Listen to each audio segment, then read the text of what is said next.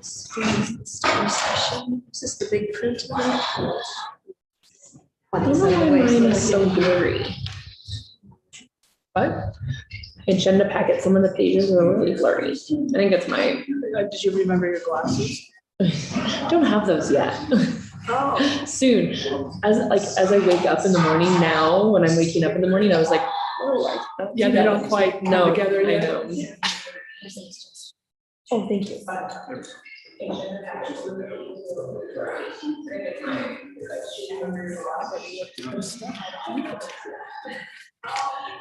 Are the boys anything new and exciting? Summer, Connor started working today. He's working at a mechanic. Yeah, he did food service last year, summer, and he's like, never again. And I'm like, wait till you get your paycheck and it's not anywhere near where it was last year. But he's like, that was a lot. I mean, and it is. I did it all through college. You know, Yeah, and wait we- until. tons of money, it is. But he's like,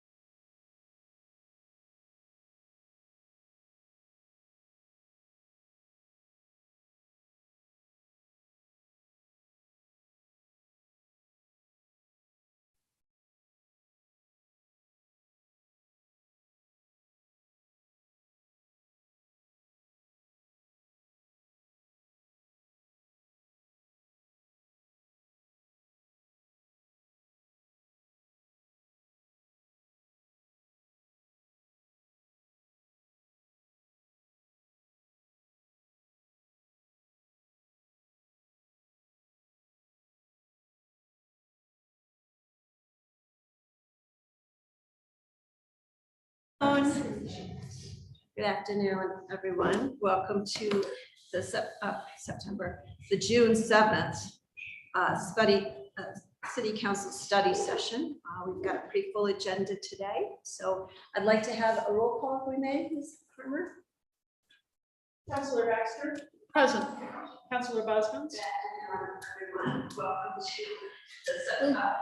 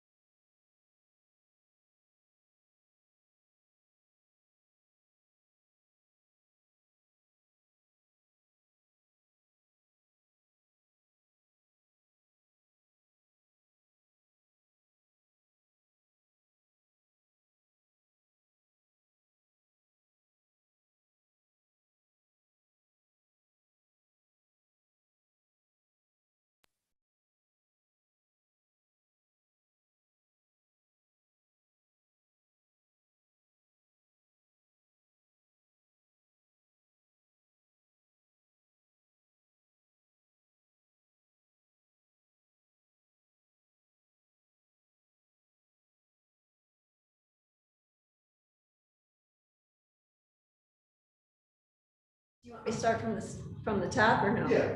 Oh, all right, maybe I'll get June into this. All right. So welcome. This is take 2 of the City Council study session on June 7th.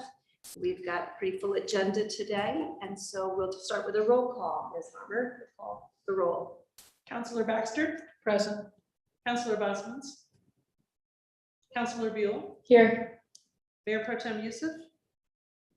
And Mayor Noseworthy. Present. Thank you. So just as an opening, I will share a land acknowledgement that is my statement. It does not reflect the statement of the City Council, but it is my view of a way to open this meeting. For thousands of years, this region was home to numerous people, bands, tribes, and nations.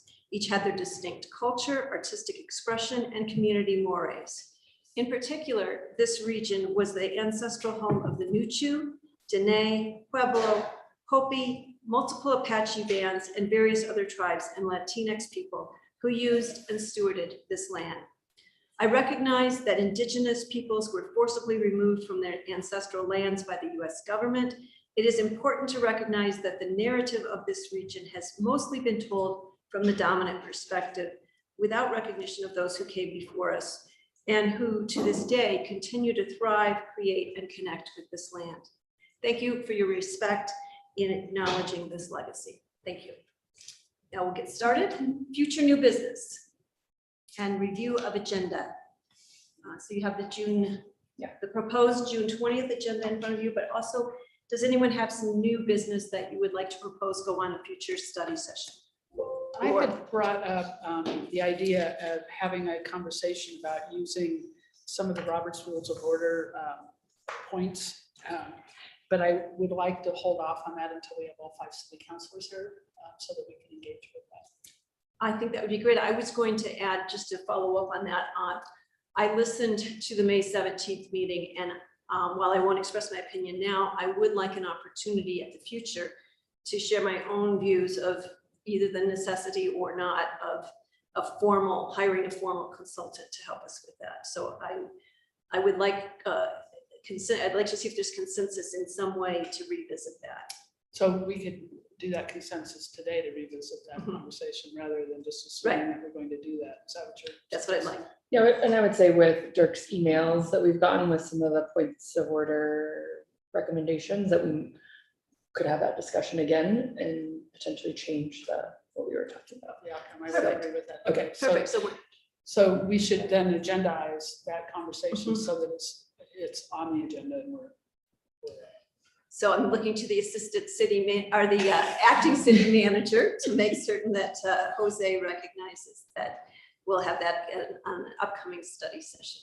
Yes, I'll let know. Perfect. Thank you. Let me just take a moment just to backtrack for a minute, and let me just give a shout out to the city manager who is absent today. He is at the, and I'm looking to, GFOA. yeah, he's at the Government Finance Officers Association. Thank you.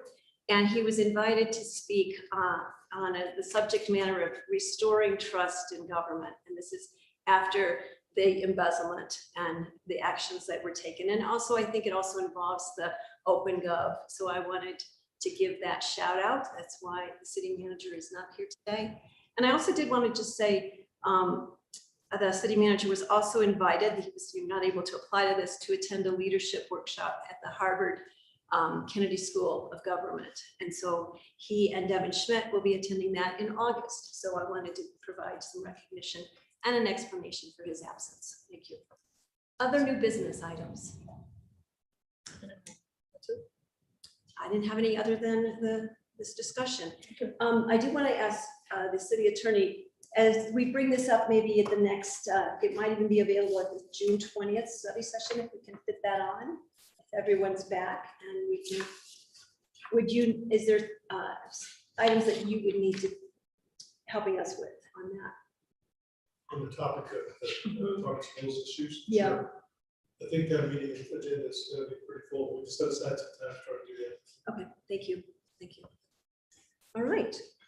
So the next item is a discussion regarding projects at Lake Nightcorps. And I'm looking, oh, there we go. We have Amy, not Terry. Okay.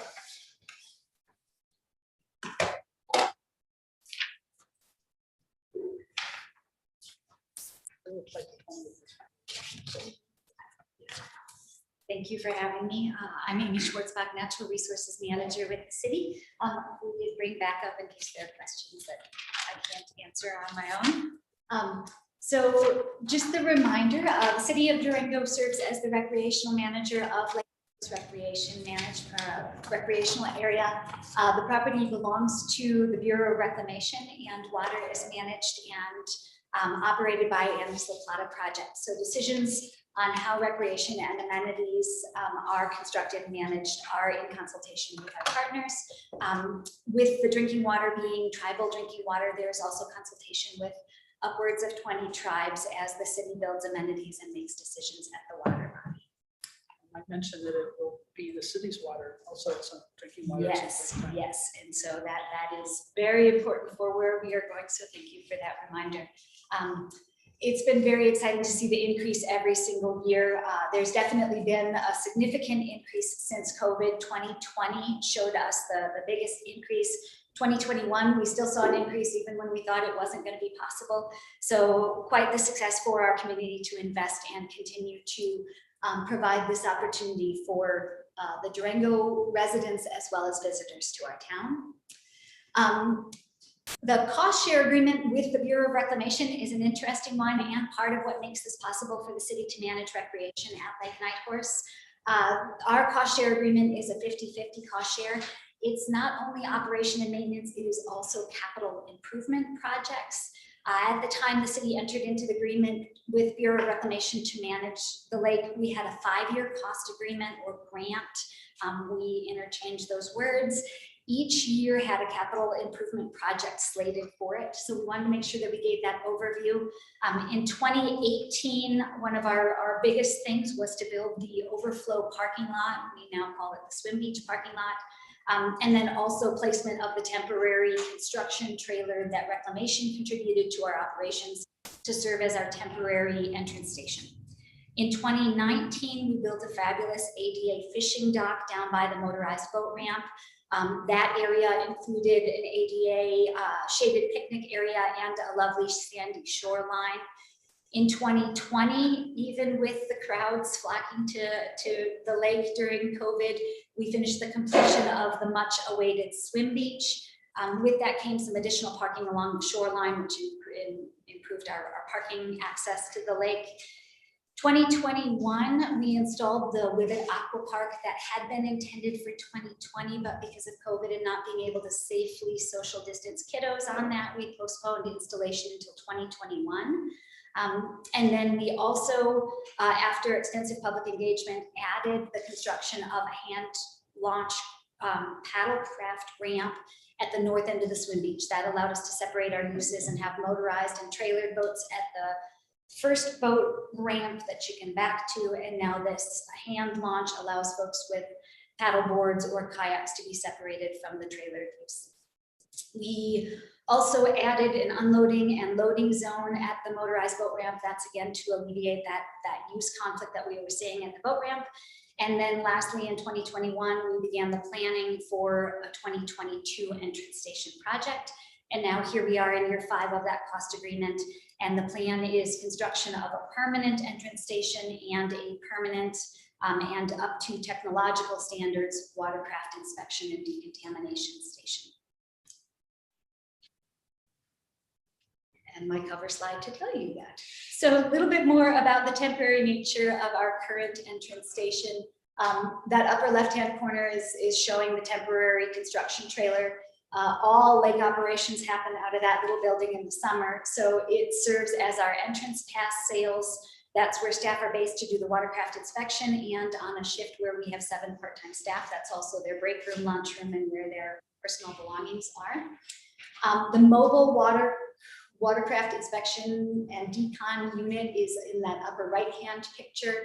In the foreground, you can see a green pad there. That's a temporary way to capture water. We recycle it back through the tank itself. And then in the background, you can see a temporary tent. That's where we do our exit boat inspections. That is pretty labor intensive to be driving back and forth to get water up there, to flush water so it's not dirty. And then those lower pictures show a container, zircon or Connex, whatever you prefer to call it. That houses all of our storage of all supplies, tools, and there's a workbench in there to allow us to repair and maintain things. And then you can see the back of that container is where overflow of buoys and storage goes. So all of the amenities there in the entrance station really are temporary in nature. What we've learned since 2018 that involves this update to the entrance station is our watercraft inspection numbers have increased, not substantially, but enough to know that we do need to prioritize the watercraft inspection and decontamination. With that comes our obligation to keep the drinking water, the infrastructure clean and free of mussels, milfoil, all of the things that cost an exorbitant amount of money to clean your infrastructure should a water body become infested. Our entrance station is certified by Colorado Parks and Wildlife. Our boat inspectors go through a pretty extensive training, and then we adhere to their standards to make sure that aquatic nuisance species are cleaned. Have we had any incidents of mussels? No, you Yeah, will and know, that was- and it would, I mean, the answer is no. Good. And we're gonna Okay. keep I it didn't that see way. that in the materials, so I Yes. wanted to. But in preventing that, it's not just our staff with the extensive cleaning at the entrance station, making sure that as folks leave, we have an exit inspection to make sure water's not being transferred, and that we are putting a little plastic locking mechanism that tells other water bodies they were at Lake Nightcorps last. It also lets us see they were at our clean water body last as well. So there's an incoming and outgoing inspection. And then Colorado Parks and Wildlife and Bureau of Reclamation are also doing water sampling to make sure we know what's going on to keep the water body clean. Again, with the lessons learned concept, I wanted to make sure that I shared this graph. We plan to shift to tankless water heater technology. It's just like if you have a tankless water heater in your home, but a commercial model allows water temperatures to reach and stay at the required water temperature to kill mussels and all aquatic nuisance species. So this graph is key to look at. Colorado Parks and Wildlife started the inspection process and used mobile units beginning back in 2008. They have been tracking in partnership with U.S. Fish and Wildlife the most effective way to do this for all the water bodies around the state. These zigzaggy lines show us what mobile units water temperature fluctuations are. And so we know that that mobile unit has a burner that kicks on and kicks off. So when we're trained by CPW, you have to spray a watercraft or the bunks on a trailer for a set amount of time for each component of the boat, so that on average, your water temperature has reached the right temperature for that period to make sure that you've killed any potential aquatic nuisance species. Tankless water heaters have the ability to get to a water level or to a temperature level and stay there for the entire duration that you are using the unit. So that's what this chart is showing us. Colorado Parks and Wildlife is in the process of upgrading the watercraft stations at 72 other water bodies around the state. So we are at the same time, which is wonderful, that we didn't start 5 years ago with an entrance station and build something still thinking we were using a mobile unit, and now every other water body is upgrading to a more effective, efficient, cost-saving technology. So our timing is perfect, and the science indicates that's the direction to go. Another key lesson that we learned about our entrance station is when people like to come into Lake Nightcorps, there seems to be a bottleneck. And the city committed with the county that we would make sure that we get people off the county road as fast as possible and enjoying the lake, not backed up and causing any traffic jams or the potential of harm or incident out on County Road 210. So our new plans for upgrading our entrance station this year is to also accommodate additional lanes by restriping and moving the location of where our ticket booth is to let people come in, spread out, and then stage better than we are currently staging at the entrance station. So this diagram, and forgive that it's up on a big screen at a distance, but as you can see there in the middle, we've now got 4 lanes. That's where we're gonna allow folks to get off that county road and kind of pack the house up there. The ticket booth will literally look like a small toll booth window, or what folks are more familiar with at state parks or national parks, because nobody wants to get to the lake and hang out in the entrance station. They want to get down and enjoy the water body. So we know the purpose of our entrance station is safely getting folks off the county road. And then what we also are showing here is moving and consolidating our incoming boat inspection and the outgoing inspection with the decontamination. So our inspectors will be housed in what's shown kind of lower left corner there. The plan for that wash pad is like a car wash, capture water, recycle it through the system. That building will then house the tankless water heater setup, a small office for operations, and then an open floor plan to allow for storing our equipment rather than towing it to a different facility in the winter. Larger break room for staff, allow us to repair equipment on site and store all of that stuff that was kind of creeping outside of the container as it was. And then also adding an ADA vault toilet where we currently have a portage on, and then pay the rental fee. So the money behind this, again, knowing that we have the cost share agreement with the Bureau of Reclamation, the full estimated project is expected to cost approximately $1 million. We have a reconciliation to reach in our 50-50 cost share with the Bureau of Reclamation to get us to having spent around $488,000. In order to reach that, let me go back one step. So to get to that number, we have an available 300, and I'm sorry, my slide is wrong there. It's 390,000, not 392,000. So we have already received from the Bureau of Reclamation 390,000. That is sitting in a bank account that is available to us to spend at this time. But to get up to the balance, we're at 50-50. The city needs to match BOR with approximately $98,000. That leaves a remaining $512,000 that we then split down the middle with the Bureau of Reclamation and city share. So overall expenditures for the city to fulfill this goal for a 2022 upgrade is $353,602. I'm just gonna ask a question. You got it. And maybe for the audience as well. Because it wasn't clear to me in the materials, there was a over allocation or something. Can you take us through what happened and why we're then now have the 488,000? Sure. And Just as a learning is that, you know, because you learn from these things as well. yes, yes. So in our reporting, the Bureau of Reclamation has made it clear Lake Nightcorps is a whole other animal. They do not have another water body in the nation that has the same agreement that we have with them.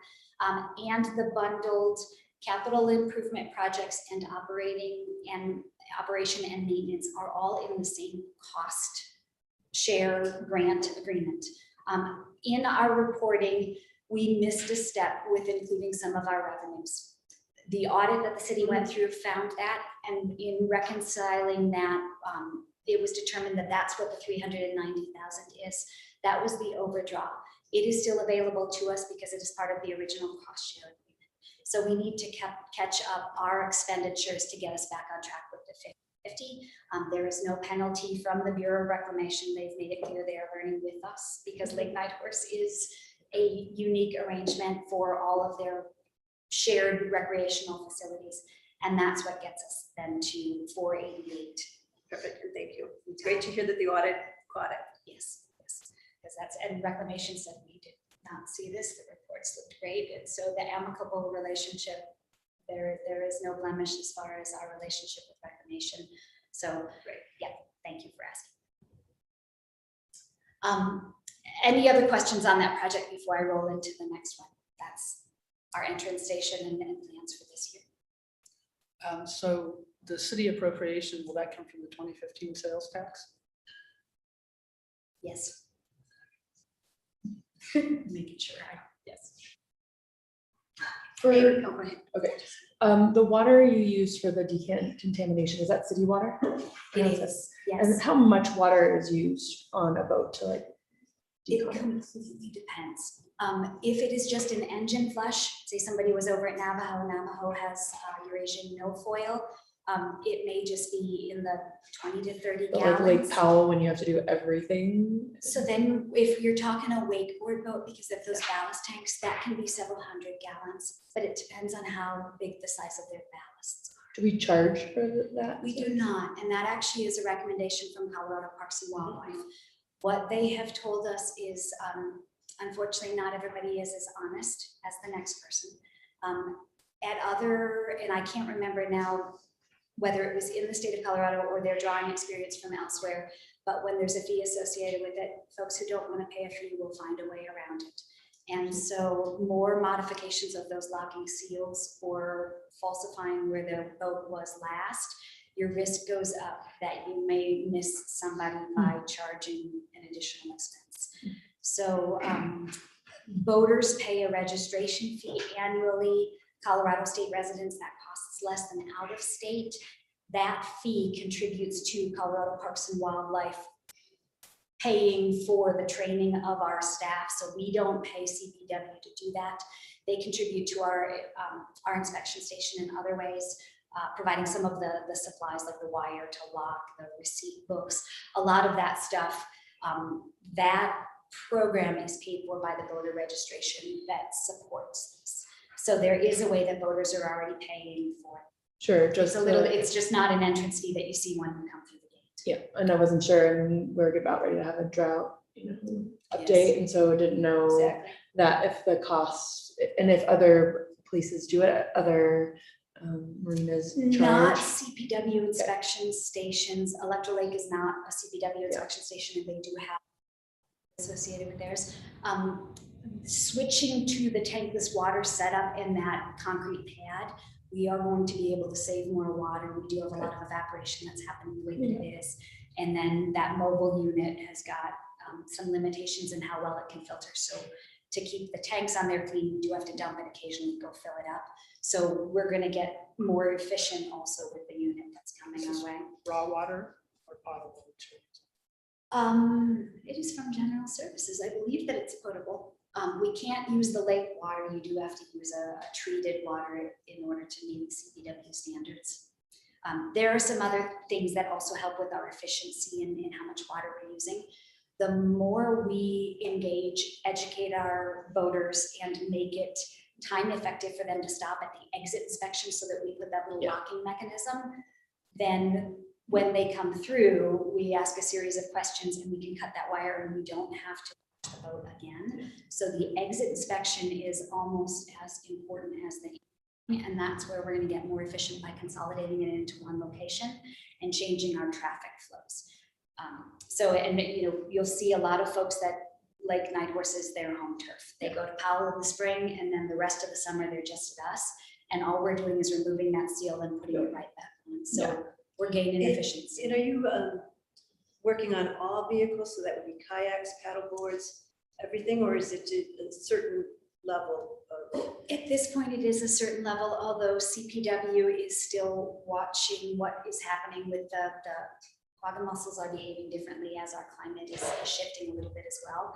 We currently adhere to their standards, but all boaters are responsible for having clean, drained, and dry boats.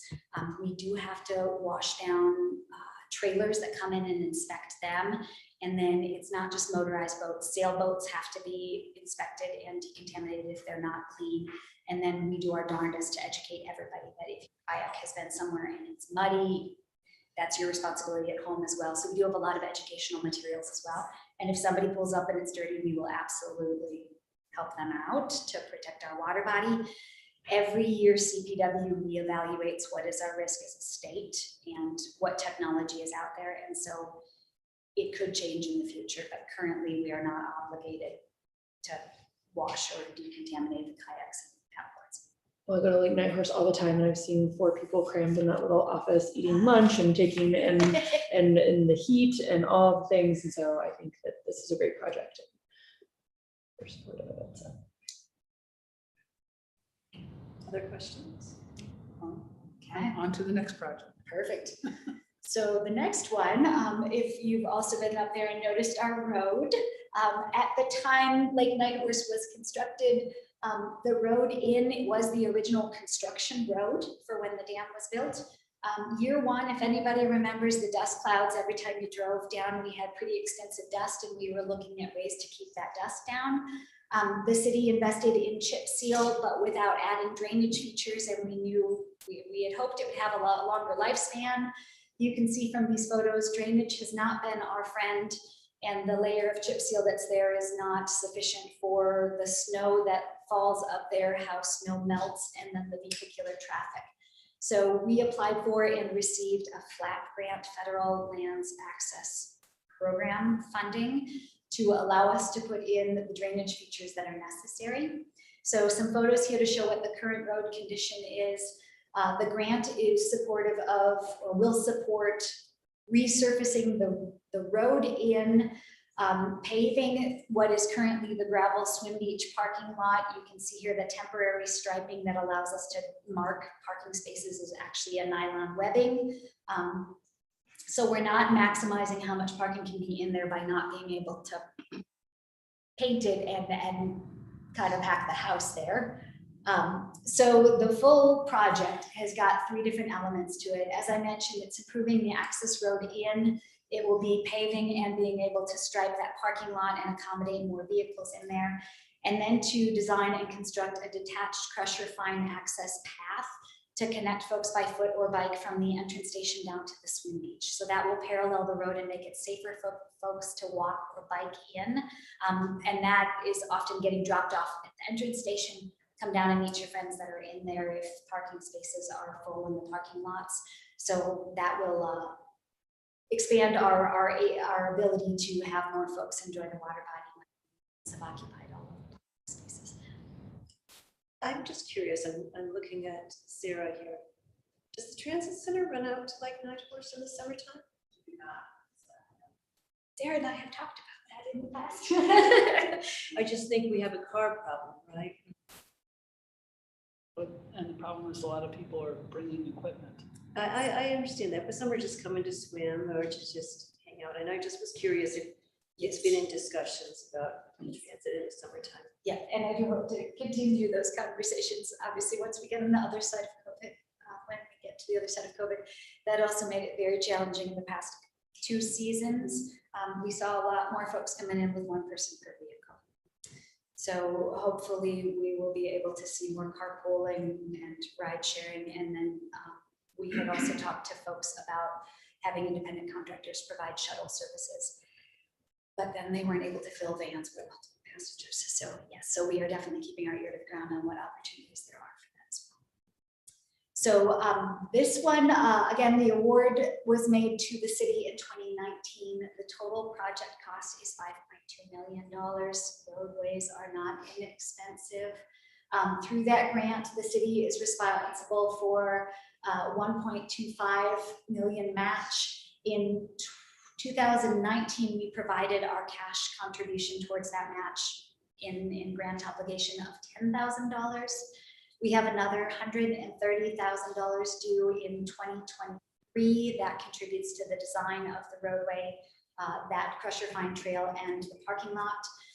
And then the full 1.1 approximately is due in 2025 for the full construction. So This is also the 2015 sales tax. so And the Parks and Rec Board has CSAT on their yes, it is capital right. improvements Yes. projects list. So just making sure that you're aware of this and knowing that this project is in the planning. And then when you go out there, you see the condition of the road, know that we're doing something about it. Hopefully as soon as possible. I think I see Turi on the call. I think it would be helpful to, as part of your summer budgeting work, get a sense of what you are looking at, knowing that it's not appropriated, but I know we've got Communal crossing, we've got this, we've got that. So how does the anticipated revenue play out over the next 3 or 4 years? Pickleball courts. Yeah, I mean, there's so many things that are playing, that are in demand. So I'm curious to see the matrix for the timing of those. Okay, and we will continue. Turi has unmuted, so I'll let him field that one. Well, we have been talking with our Parks and Rec Advisory Board over the last couple months, and actually we're reviewing all of this tomorrow night at the board meeting, and this project is in the top 15 list and is funded with 2015 funds. So, And that will also need to coordinate with multimodal, correct? yes, we have been coordinating with the multimodal group. We've been sharing our priorities with them and their priorities with us. So we've integrated that all, and we'll be sharing that tomorrow night at Parks and Rec, and then next Wednesday at multimodal. Very good, thank you. With that, making sure that we all have our sights on our strategic plan goals. And so we've identified that this is part of our enhanced livability and sense of. Amy, I have another question for you. I'm ready. Thank you. Last year, we had quite the, I think it was last year, they all blend together after a while. We had quite the discussion of more no wake time. And as a result, the community ended up with less no wake time. It was kind of an unusual twist. Where is the discussion, and it may be for, on how much is appropriate no wake time? Is it being revisited? Is it still going with last year's allocation? Well, we were not able to complete all of what came out of that extensive public engagement process. So while the times shifted to accommodate all users at the lake, we also expanded the no wake zone. We invested nearly $10,000 in no wake buoys and designated additional no wake space on the water body. I ordered those buoys, I believe, in June. They did not arrive until the end of October. Our staff is currently installing them. So that was the other juggle that unfortunately last year everybody wasn't able to reap the benefits of that component of our public engagement. So we now have, oh, and I'm so sorry, I don't have the number in front of me. It's nearly half of the lake, if not more, is now wakeless designation zone, and that is every hour that the water body is open. So we have expanded it so that way, if you get off work at 5 and you want no wake time, if you come out before the wave action, the wind action picks up and it gets busy. So that we've been apologizing to everybody. We couldn't do anything about it, but COVID delays in getting those additional 33 buoys to mark the entire northern shoreline, that our staff is more than halfway through getting those buoys in place. We're doing another 5 out on the water body tomorrow, and I hope by the end of this month, the community will now be able to see that whole no wake zone. What that also does is it allows folks to connect safer and have more of a corridor to the west side, which is all entirely no wake zone as well. So the hours shifted, but the physical nature of the water body and those zones that are separated in use expanded. And now this year we'll actually be able to enjoy it because the buoys are going out. So are those accessible without having to go across a big zone to get to them? Yes. So the paddlecraft launch ramp that we put at the north end of the swim beach, that was, I think, a $35,000 last minute addition so that paddlers can launch away from the motorized zone. They enter directly into a no wake zone. And then we have the whole, is that northeastern section of the lake is all no motorized craft. So you launch directly into that, have that all to yourself, and then the connection over to the western zone without having to go around to the motorized boat ramp and then paddle across. So we've really designated 2 different uses, but again, without the buoys on the water, not everybody knew that large portion of the water body is. So it's all contiguous. Yes. So the only really the access issue is you can't paddle across the lake without going through a wake zone. If you start from the motorized boat ramp rather than the non-motorized. Well, but even if you went from the non-motorized boat ramp and then wanted to go across, not around the lake, because that's a long way, and you wanted to go across, you'd have to cross a wake zone. And the times to be able to use that area have been reduced as wakeless.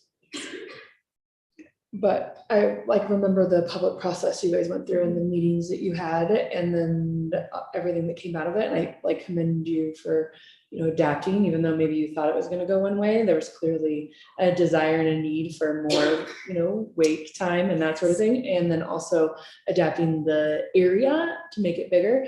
I think a lot of times if everyone leaves feeling a little bit, I'm trying to look for a better word than I was going to say. Anyways, disappointed. There you go. Listen to it, accommodate, yeah. Then I feel like we won kind of. And so I thank you for kind of flipping and making it a bigger area all day, every day, and also giving motorized users, which there are a lot of there, as a little bit of extra as well. I appreciate the update. I think it will be interesting to get the feedback, you know, through the summer, possibly some wrap up. Particularly, there was an active kayaking paddleboarding community that was really wanting access to go farther. And it sounds like you've done a great, you know, investment here. I'd be curious. I'd be very interested in how the community feels they've been served. And honestly, with the springs that we're having this wind, I don't know if we had a Wakeful Day yet. Yeah. So, A naturally wakeful. yeah, Yeah. that's exactly it. So it is really nice to have the beach boat launch, because taking my kayak down and doing it off the motorized was a nightmare. Yes. Just a nightmare. And then trying to get back in, and you know, you don't want to be in everybody's way. It was So unsafe, I feel like. yeah, for I think that everyone. was a really good choice. Yes, thank you. And the wind, we know which way the wind comes. The Right. number of kayakers and rafters that we had to rescue off the dam because they were launching from the motorized. Yes, and they just get out blown into that the way. middle. Yep. And then if you're out there past 10 o'clock, the wave is going to take you right into the closed, no access dam, and then we're rushing to rescue folks. So now that was very much strategic, is that when you launch in that direction, if you're still out in the water when the winds kick up and the current is pulling you, you're coming towards the swim beach and the safe zone, not out at the deepest part of the water body and where public access is. Yeah, not. that was a good choice too. I can't wait to get out in my kayak. It's great. Thank you. Amy, thank you. Thank you for your work. Okay. Camino crossing update, Devin. And Sarah, both coming up? Perfect. Sit on deck. Oh, please join us at the table. There's space.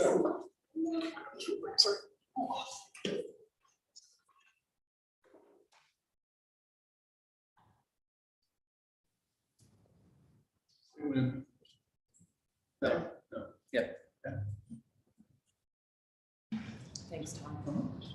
So I'm Sarah Hill, Transportation Director, and I'm just going to turn it over to the Communal Crossing Project Manager, Devin King, our multi-administrator. Thank you, Madam Mayor, City Council, Devin King, City Staff, Project Manager. So Communal Crossing Design Update. So I'll give a brief history of the project. I think most of you all know. So 2009 was the first feasibility study. You know, there were other things going on in the community about a crossing of Camino, but this is a formalized city.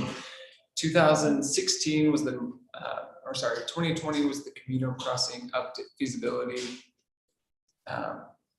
study that occurred in 2020 that also looked at crossings. And so that is the one that I have images on the side for you, and those images show the best option that feasibility study determined.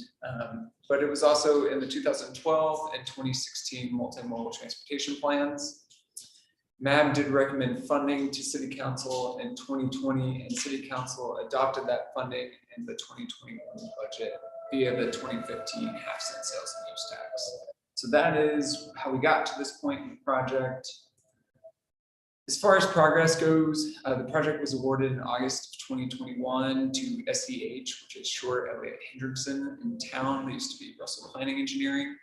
The project work began in September. So first it was inventory and analysis. So that's getting a lay of the land. We had initial conversations with Alvarado Management, who owns Town Plaza. So we had conversations with them starting in October, as well as the Durango-Silverton Narrow Gauge Railroad. Surveying of the property that Backcountry Experience is on and the Durango-Silver Railroad occurred in the fall of 2021.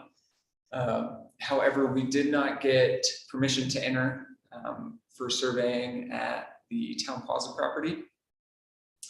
The design charrette occurred on March 7th, of 2022. So that was, you know, more or less a visioning session that included commission members and board members from various boards and commissions with the city.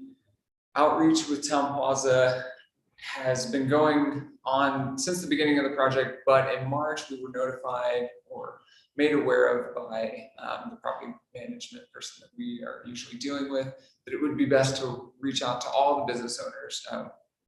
We had talked to Durango Joe's, however, we had not reached out to all the business owners in that property. So we started that process in March and finished up just about 2 weeks ago in May. And in April, we also presented an update to the Multimodal Advisory Board, and during that update, they made a recommendation to City Council to put a pause on the project until we kind of worked out property acquisition and things like that with Town Plaza. So just to highlight the design charrette, there were 16 members, and that includes 2 Durango Fire Protection District members at that charrette. And during the charrette, we had some options that were presented by SEH just to kind of give people an idea of what something could look like. But really, the charrette was meant to allow members in a group setting to come up with a vision and the alignment design for the underpass. So, you know, it included everything from design elements to also the direction of the underpass, whether we were going to go down Veterans Way or head up towards what is now River City Hall north of 12th Street. Could I ask, Yes. Devin, in your conversations with the Town Plaza people, are they aware of the city's efforts to actually try to get a light in there and that it's been denied multiple times? I want to make certain that they're aware that we've tried to do this, and for a safety reason, you know, we still are facing a very dangerous crossing until we can come back with the underpass. So I want to make certain they're aware of our efforts. They are, as well as our efforts at 11th Street and trying to make that more formal. So they're also aware of the new update with the hybrid, and we've, you know, kind of informed them the safety concerns and issues with the hybrid beacon crossing right there. But yes, we have these conversations. So this is the preferred alignment that came out of the design charrette, just trying to make it a little bit bigger so you all can see it.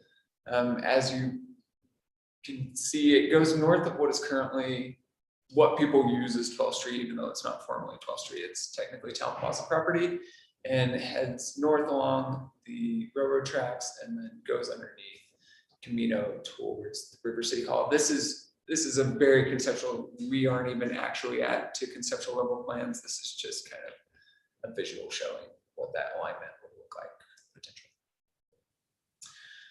So regarding the Town Plaza outreach, as I mentioned, you know, we were kind of informed to go about that, and I've highlighted the Town Plaza property, so it doesn't actually include Krager's or City Market. It is north of that, so it includes like Papa Murphy's, AAA. So we met and spoke to all 13 business, either owners or managers. So, you know, for the Verizon store, it's going to be a manager instead of the owner. And a summary of the concerns was in the agenda packet, but basically, you know, the main concern was a lot of the unhoused population impacts, and you know, we're not going to go into whether or not it is actually unhoused population or who is causing these impacts on the property, but loitering and then vandalism was their main concern on their actual property and affecting their business. So with this project, we're not really addressing that, as folks already have access to their property via the 9th Street and the existing hybrid beacon that's already there, or the hawk signal. And so the other concern was construction impacts, obviously from the Communal project with the medians that were going in that had a definite effect on businesses, and that was expressed through that conversations. There is overall an understanding of the need and purpose of the project. I don't think anybody really disputed that in my conversations with them. I think they understood why we were proposing this Camino underpass project. And there wasn't overall opposition to the project. I mean, it was really more just one business owner that was against it. I highlighted, it's hard to see in here, but at the very north end is a blue highlighted section of the Town Plaza property, which equates to about 0.07 acres that would be needed for this project. I put 2.15 because if we had to come closer to Durango Joe's and incorporate more of what people use as 12th Street of that access, then that would increase it to about 0.15 acres. And that would mainly be to lower the grade going down into the underpass. Would 12th Street then no longer have access to Communal? If we had to swing out more and head north, that's correct. So to address the safety concerns, again, what we can address is the safety concerns for the underpass itself. We can't necessarily address the safety concerns on the property with this project. But to address those concerns, I reached out and, did a lot of research, but also reached out to the city of Boulder, since they have several of these underpasses and they have a larger population. So they would likely have a lot of impacts.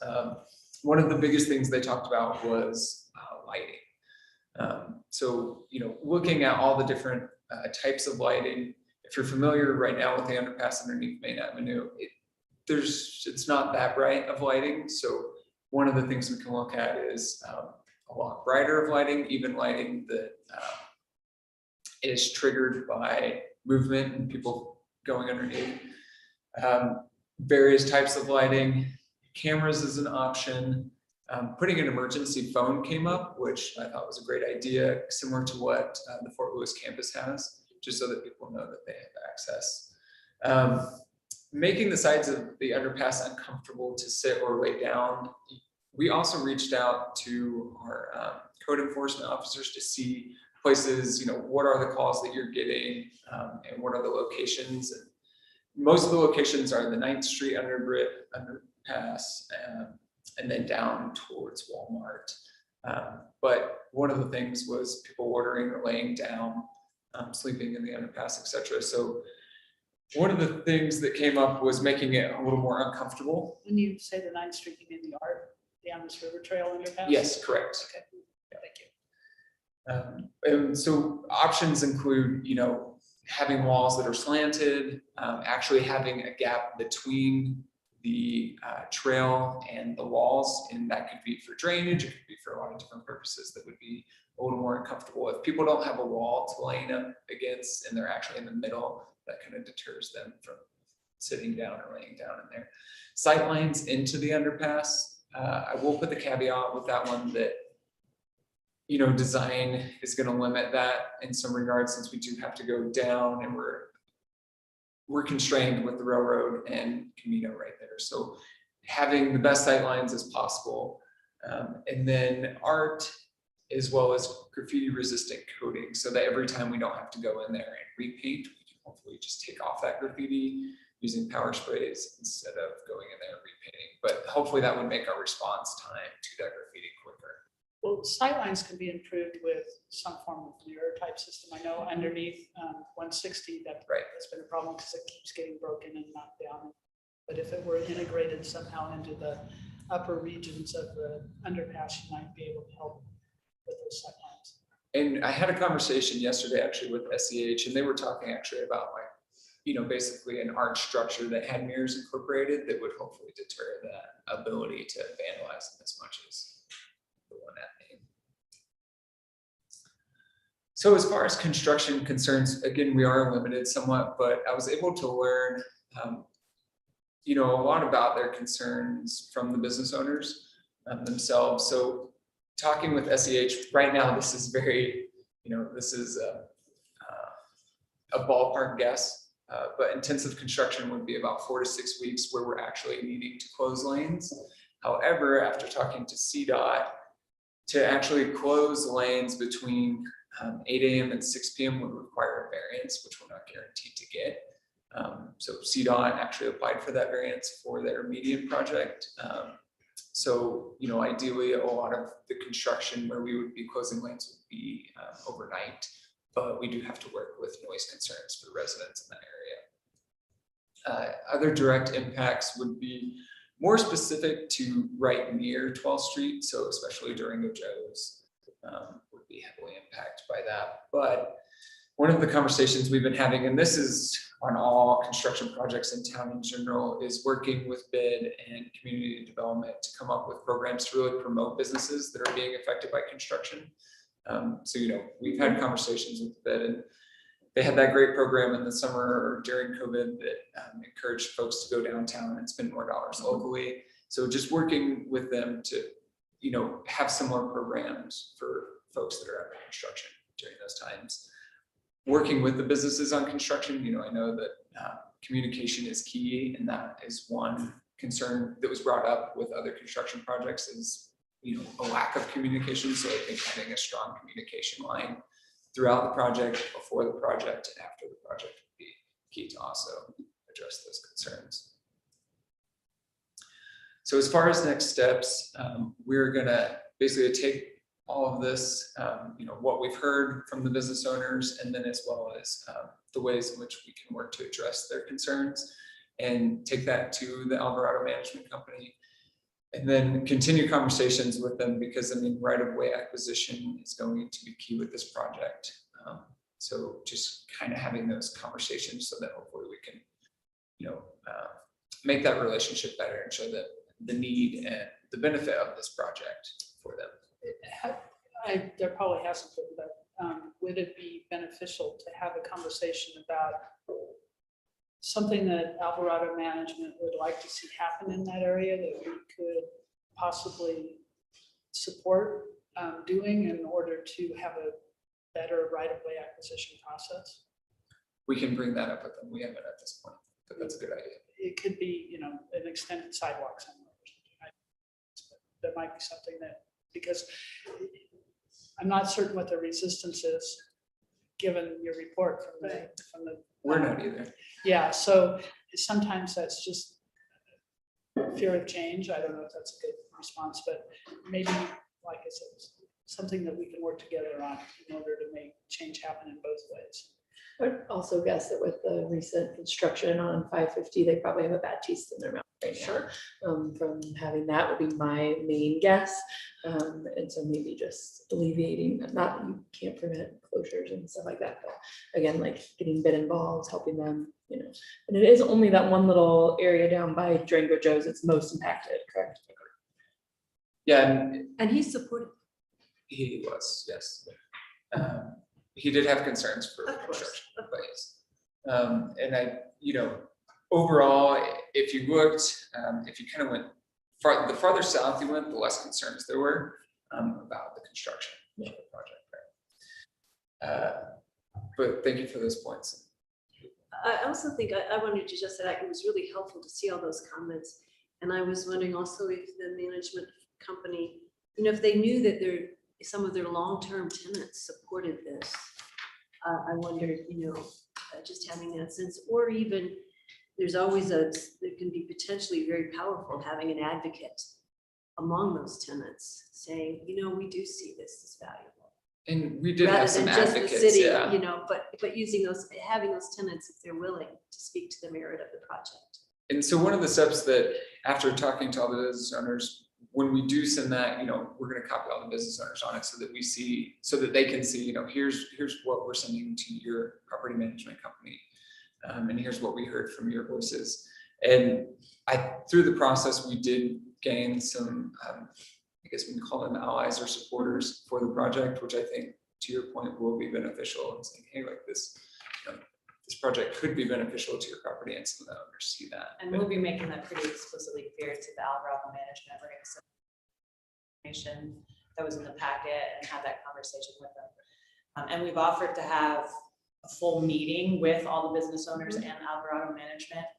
There doesn't really seem to be an interest on the point of the business owners. They were basically like, we're fine with the project and go ahead. So, but we are going to continue having those conversations with Alvarado to make sure that they're aware that at least is not a roadblock in the project. You may find out what the real reason is. Right. Hopefully. We'll get to it. I have another question. Is it okay? You said that there's 2 people from the fire district on the design charrette. Is that correct? So, and I know you pivot with different things happening with a potential of a fire station there. Is that crossing going to be okay? Do we know? So, from so far in the design process, we've basically moved forward with the idea of fire protection district being at what is now the Durango 9R admin building and coming down 12th Street and accessing Amino. And so that's basically how we've operated. But now so there's far. an MOU for them to be at River City Hall. To explore. To explore River City Hall. potentially. And so with that, would we be able to pivot if for some reason, like something had to change there? That, I guess that's what I'm asking. Because I can step in a little bit. Okay, We are at such a conceptual Right. level at the moment that we are able to pivot, and if a delay is necessary in order to figure out where some of these larger pieces fall, we're in a good position to Okay. do that.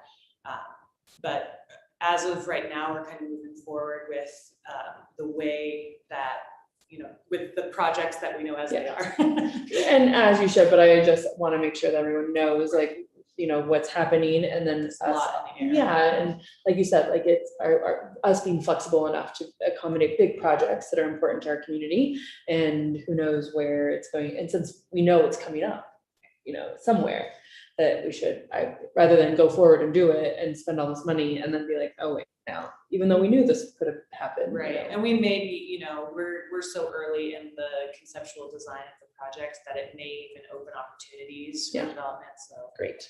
What's your time frame for these next steps? So as far as progressing to plans to 30%, we're gonna basically, after this meeting in the next few weeks, we will be moving on the utilities and having further conversations with the railroad, as well as, the city is the other main utilities underneath there. So we'll be working heavily on that part of the design, and then moving to the 30% design level. So, this summer we will have a 30% design public meeting, which is something that we've been kind of promising to the public that we'd like to have. But the holdup was really knowing whether or not spending more money on the project. So the next piece below the 30% design is the survey of Town Plaza, because that is a key piece, especially to get to 60% design. During my meeting yesterday with SEH, they said, we can do the 30% conceptual. It would be ideal to have the survey, but we can do that piece.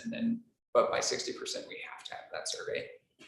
So the multimodal board suggested this get put on pause. So you're not planning on pausing? We The have, recommendation was to council, so we would pause the project based on council's. So we actually Direction. haven't gotten that recommendation yet. We haven't had a discussion about that recommendation. Well, you told us that a couple of meetings ago that you But wanted we to haven't had that pause. discussion, No, and we haven't either agreed to accept that recommendation or deny it. I thought it was a pause because they needed to get Town Plaza input, and then when they got Town Plaza input, they would come forward to us with a plan. Is that correct? Their concern was the delay in not getting Town Yeah. Plaza's approval for the survey, and then Devin was kind of getting into, we do have an option for doing survey without permission to enter via the LiDAR technique. And ultimately we will have to have those conversations about right-of-way acquisition. MAB, I think their concern was moving forward and spending the funds with kind of the looming question mark about whether or not we were going to be able to have a successful conversation about right-of-way acquisition. But our recommendation would be that we go ahead and move forward with the surveying, using the LiDAR surveying, to uncover whether there's any other constraints. We haven't even been able to really look at utilities or any of the bigger elements of engineering design because we haven't moved forward with the surveying yet. So yeah, I'm the concerned, recommendation, right? I'm concerned because we had a board give a recommendation to us that we have not discussed, and staff hasn't had the opportunity to present what their thoughts are on it. And I'm concerned that we appear to be moving forward without having that conversation. And we kind of had a similar thing happen when we did the 25-mile-an-hour speed limit up on Amnesty Drive. Amnesty Drive, where the board had one recommendation and the staff had another. And we got a presentation from staff and we didn't get a presentation from the board.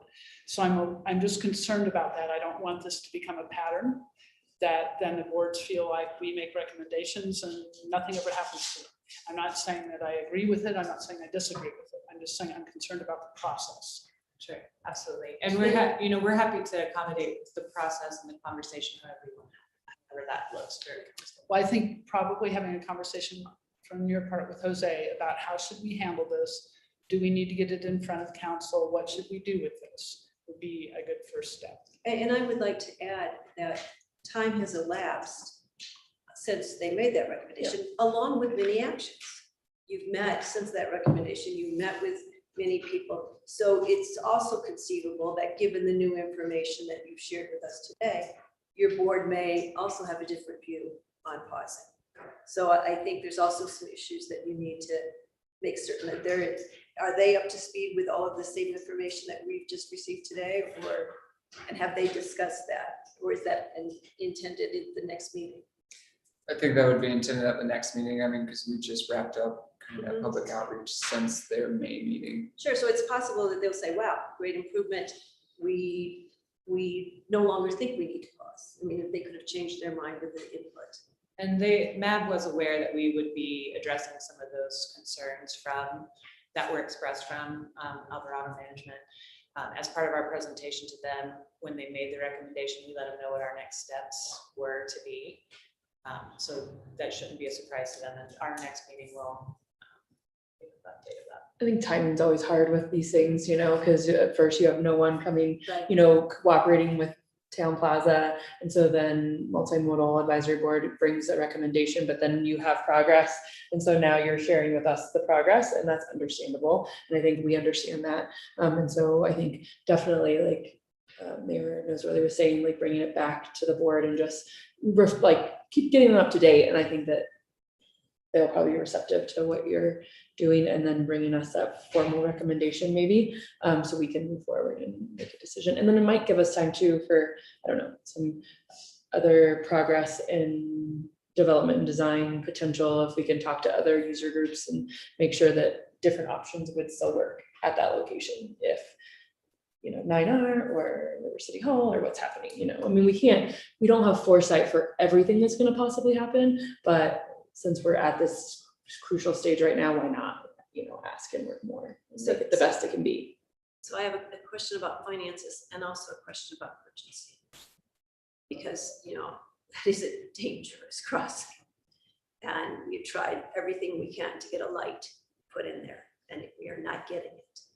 So, as an elected official, I also take a sense of knowing we have a very difficult crossing, and it is the only way to really get to the river trail from that section.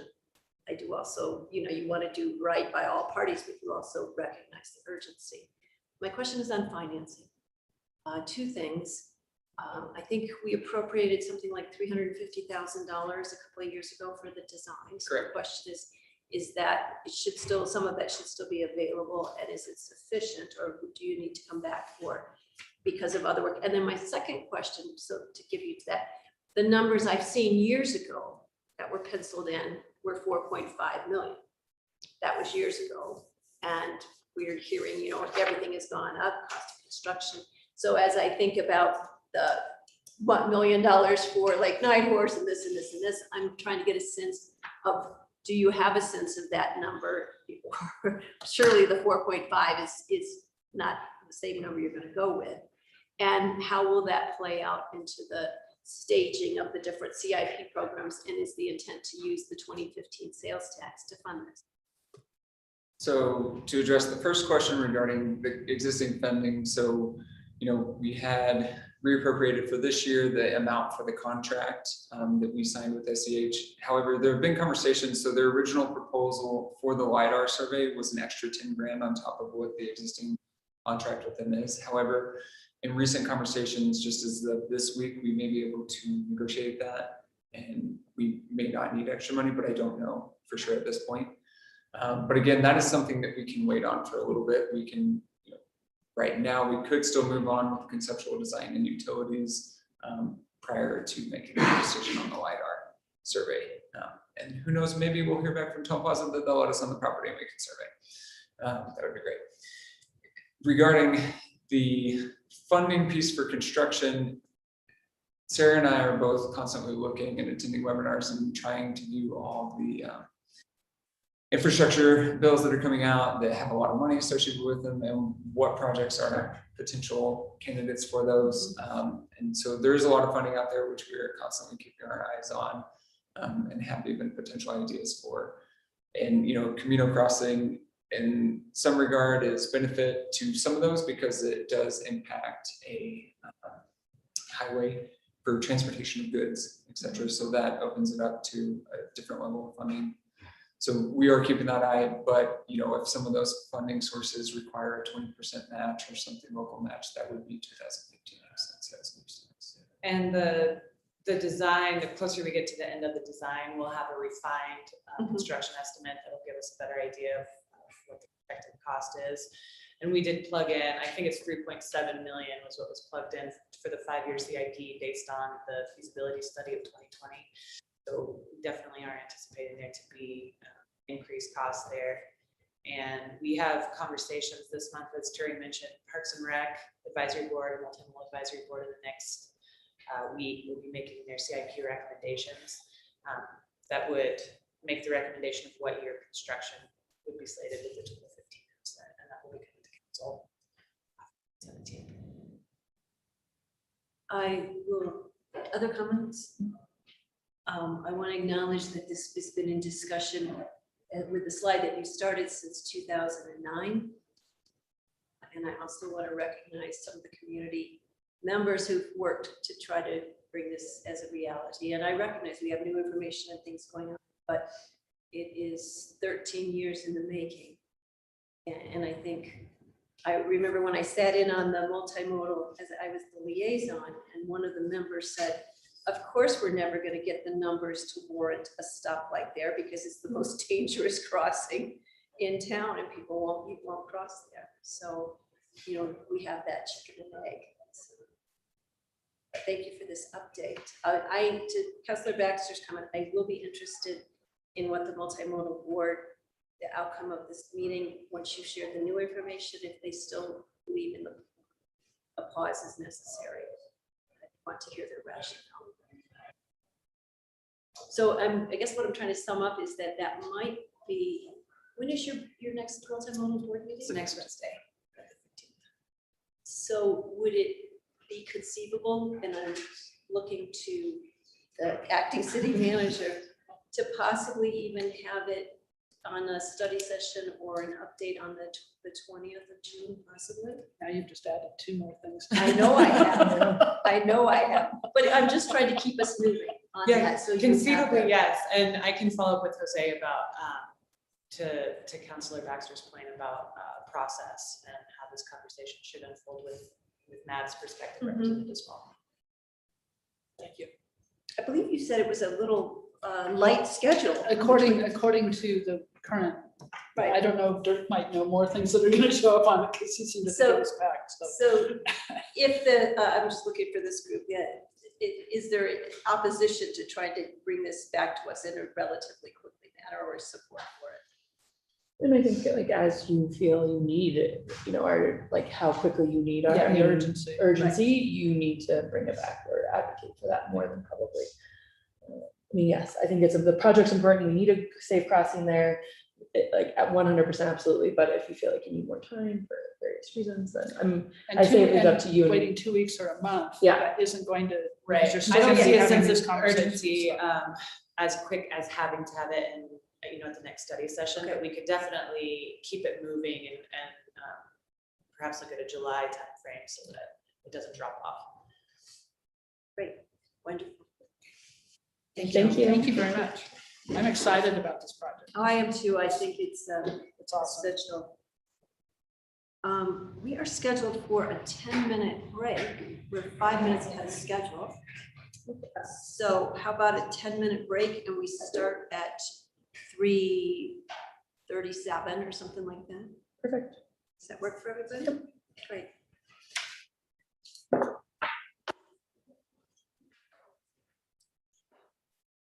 Thank you for adding that into the schedule.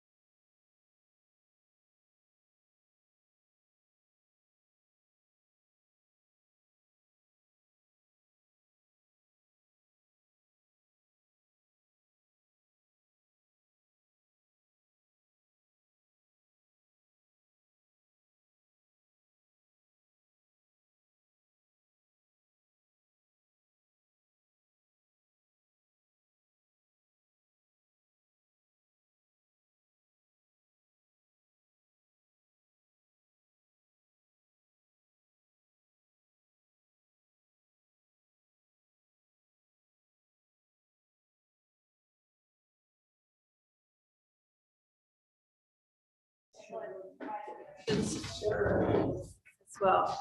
I'm Allison Baker, Public Works Director, and you want me to no introduction. Keith Doherty as city engineer and Jim Nicholas as our stormwater manager. And We also have our 2-week employee over here. This is Jen Dixon. She's our stormwater and environmental tech. Welcome. newly hired, yes, so very excited. So I'll turn it over to the folks who put it together. Great. That was easy. You already did the first step for me. I was gonna do an intro, tell you who we were. But we're gonna talk a little bit about 2 different kind of topics. One, just to get started, is we do an MS4 overview. We used to talk about the stormwater program. We used to come to council and do these presentations every year, and it's been several years. I'm not sure if any of you have actually seen it. So we thought we'd start with the program overview, which helps you through some of our acronyms and some of the activities that we do. And then quickly jump into some background on the master plan, because this has been going on for a few years. I don't know if any of you were around when phase 1 and phase 2 were actually adopted. So we'll do that really quick and then try and get into the detail of phase 3 and run you through what's happening right now in phase 3. So that's the update portion. So with that, Jenny has all the detail. I'll just try and help answer questions. All right, so I'm gonna start us off with a quick did you know? So what goes in here actually comes out here. Most stormwater flowing into our inlets is not treated before being discharged into the Animas River. And because of this, we are required to have a stormwater program. I do have a handout here for you today that kind of runs through some background of our program and our permit requirements. I'm going to run through these FAQs through the next few slides. So our MS permit, which is issued to us by the state of Colorado, is based on both federal and state laws through the Federal Clean Water Act and the Colorado Water Quality Control Act. There's a lot of jargon and acronyms on this sheet. The first one we have here is NPDES. This is the National Pollutant Discharge Elimination System. It's the EPA's permit program, which regulates the discharge of pollutants into waters of the United States. Next, what is an MS4? MS4 is an acronym for Municipal Separate Storm Sewer System. Durango is actually designated as a phase 2 MS4. The EPA permitting program will delineate MS4s based on small, medium, or large. Because Durango is a small municipality of less than 100,000 people, we are designated as a phase 2. So why do we need a permit? As I said earlier, Durango has a system that collects stormwater and discharges it directly to the Animas River. Because our community has the potential to adversely impact water quality in the river, the state requires us to obtain coverage under this permit. On the back of your handout, you'll see our 6 required program elements. There's a little more detail on the sheet of what we're doing and the program requirements within that. But our program elements are public involvement and participation, public education and outreach, illicit discharge detection and elimination, construction site management, post-construction site management, and municipal operations or good housekeeping. So now I'm going to get into our storm drainage master plan. City Council previously approved a project to update this master plan, which was last done in 1982. We split the project up into 3 phases, which are shown here, and this was primarily for budget and timing. The first phase, our design criteria manual, contains 11 chapters and provides information, concepts, and engineering information on how to manage stormwater within Durango. Next, we completed a hydrologic model to determine drainage characteristics in and around the city. We started big picture with major drainage basins.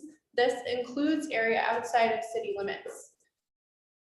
We then went into a little more detail with our minor drainage basins, which encompass our urban area, split that into subbasins, and then analyzed conveyances within those subbasins.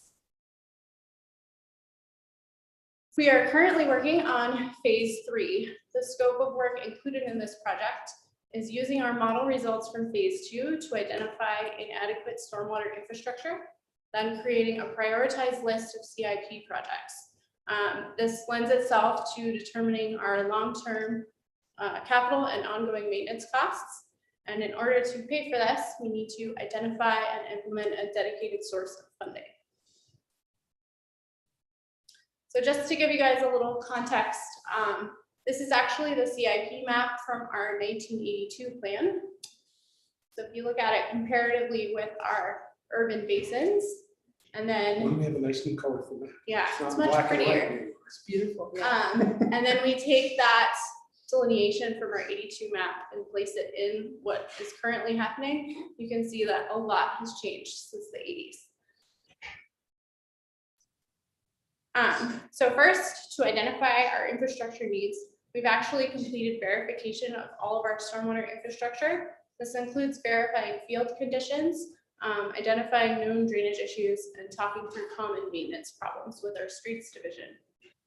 We are currently doing some further refinement of our phase 2 modeling. This is kind of like taking a magnifying glass and zooming in even further to identify specific systems and how they're working as they discharge water to the river. Currently, we have approximately 40 to 45 projects identified. This does include some leftovers from the 82 plan and some items that we were able to identify during phase 2. Our consultant, Brightwater Engineers, has developed a first draft of our prioritization matrix. So this sets up our framework to help us figure out where to start and where to focus our efforts. We're currently working to finalize this matrix, but we have 4 factors that we're looking at. This includes public safety, environmental compliance, financial impacts, and the potential for private property damage. So a big part of why we are here today is to talk about our options for funding mechanisms. And I actually do want to get a little bit of guidance from you guys about where we go from here. Can I ask you, if I may, the original 1982 plan, how much of that was actually implemented? 75%, 50%, 10%? Probably a better gauge on it. Yeah, I'd say it's probably in the 30 to 50%. That's what I would say, a range of 30 to 50%. Which is part of one of the things we were going to talk about, the general fund. Relying on the general fund, we Right. just haven't been able to do a lot of projects. That was with just put on the regular- back burner. I Right, understand. right. So from 1982, you had a list and you had it prioritized of what needed to happen. I'm just making certain I'm clear Yeah. of what needed to Yes. happen. And probably some associated costs with it. Right. And of that, somewhere between 30 and 50% of those 40 years ago identified projects have been addressed. Correct. There are quite a few left over. Yeah. Part of our, oh yeah, maybe we need to work on something else here. I mean, I understand your rationale is really good, but I just wanted to see what's our deferred maintenance that we're looking at, Okay. and how long that back, what's the potential risk there, because it's been so long since these things have been addressed. Right, yeah. Those projects that we have identified in 82, we will look at them with today's analysis techniques and make sure that it's meeting current standards, so. Well, I think we've kind of loosely been prioritizing and shuffling in the meantime.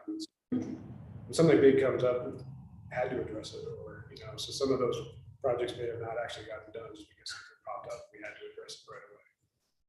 Which was, again, one of our things that we struggle with is a lot of the stormwater CIP is reactionary.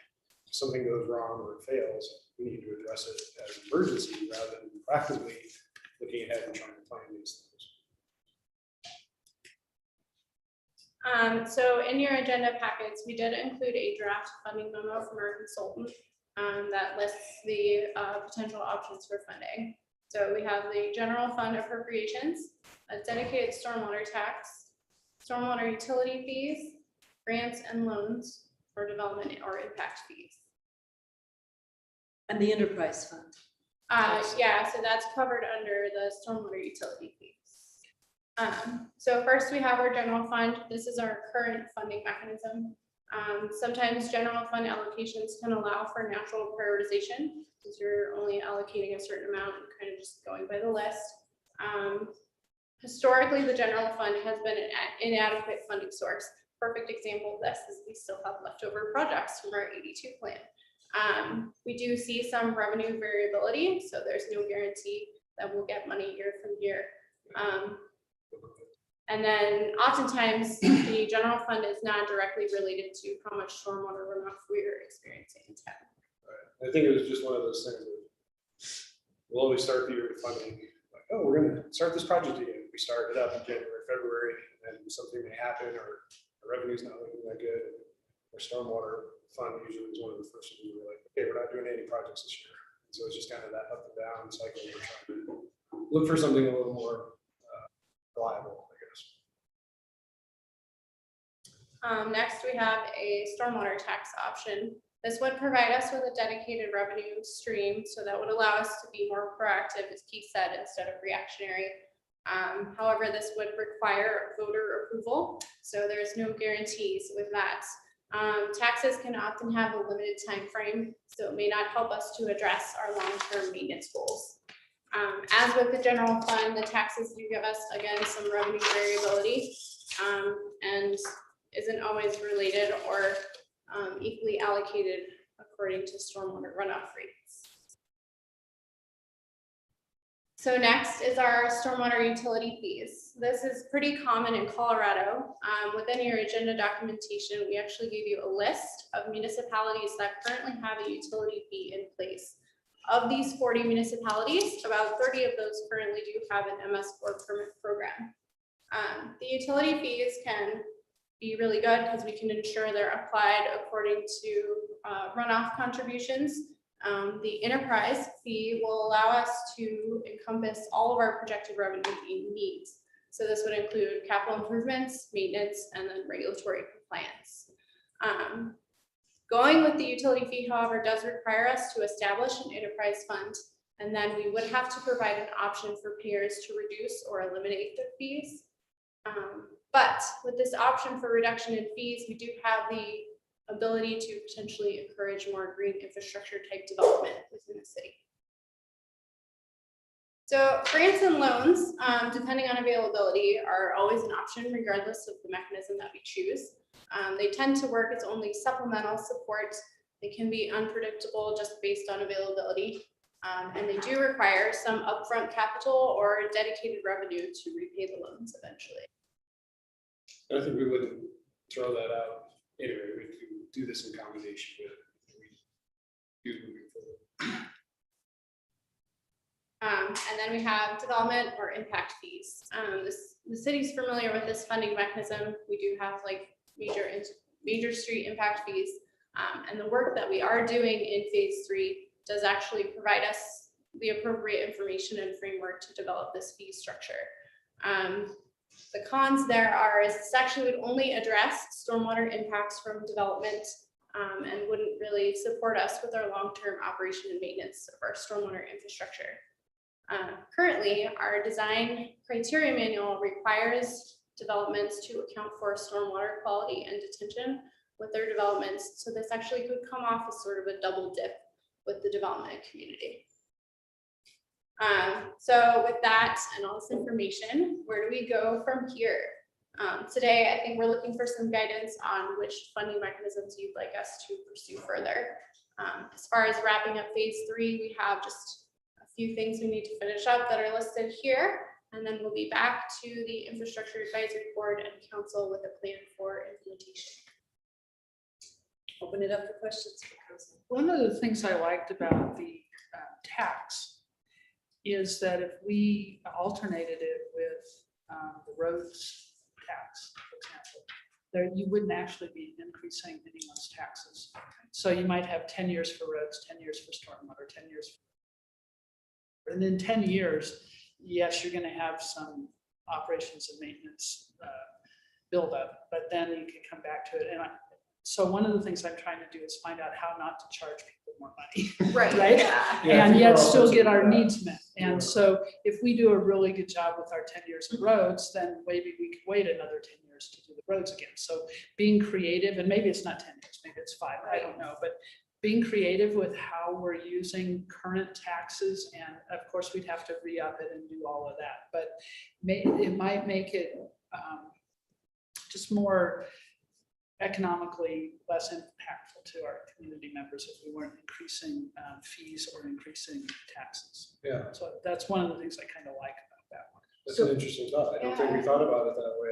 And that's exactly what we're here for, is I think we wanted to come kind of in this sweet spot where we might be a little uncertain where we're going, but we didn't want to get too far down a rabbit hole. And then come here and we're like, no, we're not doing that. How And close so- did the streets one pass by?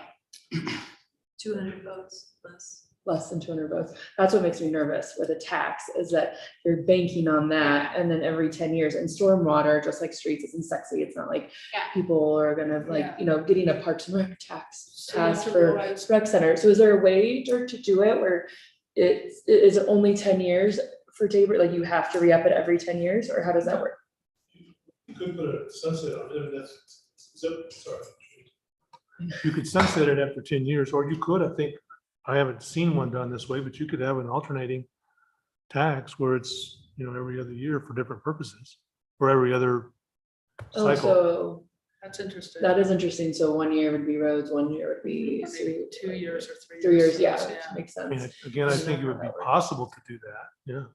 So one of the challenges with the 2019 streets tax was it came after the November, Yeah. we're gonna tax you for the kitchen sink and everything else that we can possibly do. And there was a lot of resistance to that idea. And this tax, I think, was challenged by that. Plus, it wasn't absolutely clear that the general fund was being managed well and wasn't, could have been paying for some of the streets conversations. So I think that we could do a better job of presenting the information and as the idea that we're not increasing the cost. It's huge. Sure, and I agree with that as well. And I think another like concern, same light, is that we can get like this council on board because we understand the importance of this and get this one passed, but then what is the next council? You know, do they find it important? And then if not, like, I just feel like this division would just always be in like flux. It's like, where are you getting funding from? Is it general fund? Is it the tax? Is it, I don't want that for you. I think it's important that we support it, but I don't know the right answer. I'm not giving you the right answer. I love the idea of that alternating potential, but again, it just is that flux. Just to be clear, any change in the 19 tax would require another. Right, I'm vote. not saying now, for like when we re-up it, it was more like future thinking. Well, I Yeah, think you one of could've- the- go ahead. I was also going to say, you know, and this is not a solution, it's just an option. You could also say the lodger's tax, all of the hotels and everything in here has a huge impact on stormwater management, not to mention the development and the increasing. And the support for the basic infrastructure of the city is missing. And so again, it's not as attractive as maybe some other things. But I do want to make a point that, first of all, I recognize that this is a neglected but an essential service. And to Councilor Buell's point and others, it's not sexy, but it's essential. And I would also say that addressing the stormwater management is vital for the sustainability of our community and for the resilience of our community. And I'm not certain if there's a section, I was pulling my brain out, wondering if it was still in the sustainability plan, if you have a stormwater. We touched certain parts of it, You yeah. touch certain parts of it, but not in as a robust manner. Not that I want to put that aside or delay that, but I think it's important to make the case of why this is essential to our resilience, particularly with increasing intensity of storms and with development and whatnot. I think it's essential, and with traffic. I also think, you know, I raised the question of how much does the city contribute to the problem, in the sense of when we put asphalt over everything, when we deal with, you know, I look at the road going to Lake Nighthorse and I see the importance of it, but I also know that that's going to impact the stormwater drainage runoff issues. Yep. So what's the city's obligation to this if it's a contributor?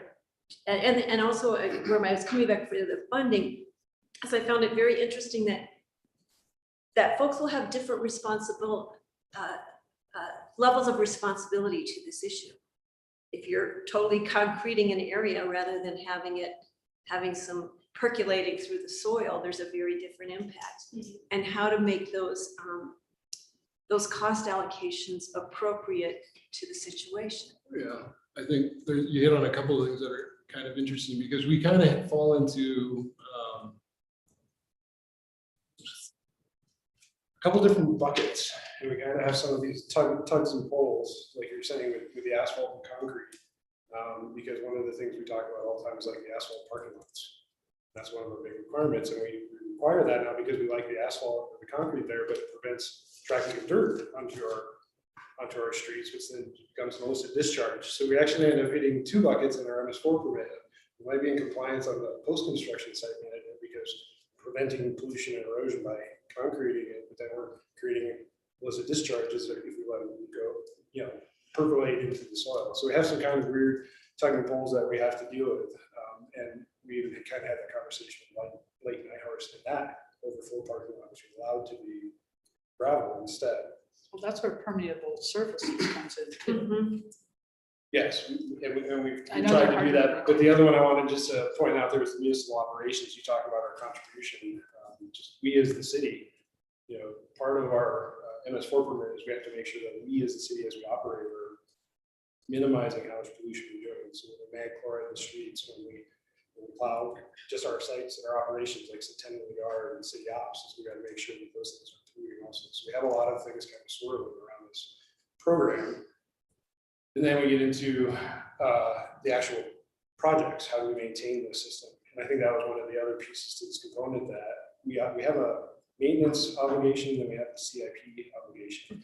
And I think that was one of our questions is if we go down this road of a tax or a fee or something else, is that going to be a dedicated revenue stream? And currently we do most of our maintenance from the general fund. The street division takes general fund money and does maintenance on these stormwater operations. So if we go down this different revenue stream, does that go away? We're trying to understand what these implications are. Thank you. I also had to Councilor Baxter's point about, people feeling like, they're being, having fees added to them. I also wondered, looking at this in conjunction with the water and sewer rates. And right now we've reduced the water rates. We'll see what comes out of that and if that continues. So while nobody is jumping to add a new fee or tax, it might be mitigated if we've actually got some of our other rates more in an alignment. Yeah. So that people, their payments may be similar, but at least you could be funding the appropriate things and funding the water at appropriate levels. So I see some possibilities of connecting those with other enterprise funds where the rate structure needs to be looked at. Well, I also think you brought up a really good point. So there's operations and there's capital, and maybe they are funded differently. Maybe the tax re-up or whatever funds capital projects. And then the operations and maintenance is funded in some other way. That's more equitable in the sense of who produces that storm runoff. So I don't think it's an all or nothing. I don't think it's a one way or none. I think there might be two ways of managing the costs. I was going to say, I think it's like a delicate balance because you don't want to increase cost of living for our residents, but it seems like grants aren't sustainable and who knows if you're going to get it. It seems like development fees are really just for construction and that doesn't help with maintenance and overall stuff. So it seems like the two options are that tax and service fees. And so figuring out how to delicately fund maybe different components, maybe not, as much in the service fees so that people's rates aren't going up so high, but a little bit to cover whatever part of, operations and maintenance, maybe that, and then, and then the tax for capital improvement projects or whatever. Right. I don't know, it might seem like a better mix. I would also suggest that as the liaison to the Infrastructure Advisory Board, I believe it was not this meeting yesterday, but last month, and the month before, we had talked about the need of getting the stormwater management plan and bringing it to the IAB. And it was interesting from them, the members, because they raised issues of appropriate level of contributing to the issue and then who should be paying for that. So I would also encourage you to make certain that you bring that through the Infrastructure Advisory Board. And I believe they're eager as well to hear from you. And I think some of that thinking can help inform all of us as we think about the possibilities. Yeah, I think we went there initially just on request, and we didn't share all the information with them because we wanted you guys to see. Oh, that's right. I remember that. Yeah. Yeah, we wanted you all to see it first and then take a more formal recommendation and kind of a little more direction.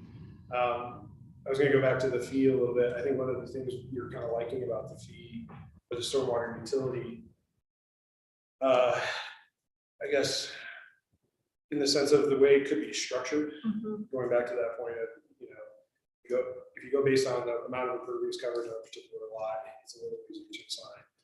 That seems to be the way a lot of the municipalities have done it in Colorado, and that's what I was familiar with in Seattle. And I like to think of it as examples because I think you were talking about the fees and how it relates to, or how we compare to some of the other utilities. And I think one of the things we really have to look at with the fee or the stormwater utility is if you are mitigating stormwater in the property, maybe your fee or goes away, or it just goes down to that operational fee, right? So there could be a structure of, oh, your cost is $10 a month. Oh, well, you have a stormwater facility like Three Springs. They have a regional stormwater facility, so maybe they wouldn't pay the monthly fee mitigating the water quality. They've already done that. They still have to pay the operation. So I think that's where the stormwater utility portion kind of seems like a little more flexible method of tailoring it, and it could almost be as complex as or as simple as you want. But I think one of the municipalities just had a straight fee. Maybe not as equitable, but simple, right? If we go with one of these more complex structures, it just might take longer to get all wrapped around. Like, oh, you have to pay it and you don't, or you pay this rate and not this rate. So we can make it as simple or complex as we want. And I think that's probably what we're trying to see is where do we really want to go? So one of the things we want to look at is also, I think, for me anyway, is economic impact equity. So generally lower income people live in denser communities with more pavement, less greenery and things that you have to maintain, because that's one of the ways you keep the cost down. Right. And so we need to be careful that that's not an inequitable. I think that's a good point. And some of the examples that we looked at, I think they had some different buckets for low income or senior housing and stuff like that. And I think we want to look at. I think that's a very good point. I'm curious of what's our risk right now in the sense of what's the worst case scenario if nothing happens? I mean, you've gone 40 years and I'm not advocating for another 40. Is there a state requirement or a federal Yeah, is there, I mean, I'm requirement, trying to or are we get the just- sense of, yeah. Yeah, I don't think we have any state requirements right now. I mean, we're doing the MS4 program, which really is focused around water quality. When we get to detention and conveyance, the state requirements are really, it's up to the local municipalities to figure out what they want to do to convey water and for detention. right. But if we're not detaining it, and it's going into the river, that meets the water quality problem. I mean, that's part of the water quality. Well, we're getting the water quality portion. So the water quality, part of the post-construction site section is that we have to, every time there's a submittal, we have to make sure that they put in something. If they disturb more than 1 acre, they have to treat water quality before it discharges. Right, but that's for new development. Oh, you're talking about. So we currently existing, we have issues. Right. And so that affects our water quality, which Yes. you're saying does have some state regulations. It does, but if it hasn't been something that's happened under our permit or previous permits, it's not something that we necessarily have to address right now. There's not a state requirement that says that we have to go back and retrofit. or No, fix that's this. not what that's not. what Okay, I'm sorry, asking. I'm getting ahead. So the current storm runoff affects our water quality. Yes. Is there a state or a federal guideline or situation that is monitoring that water quality and that we would have to up it however we choose to do it? We would have to improve it or we would be fined, like we did with the sewer treatment plant, for example. We had a deadline where we had to create better water quality emissions.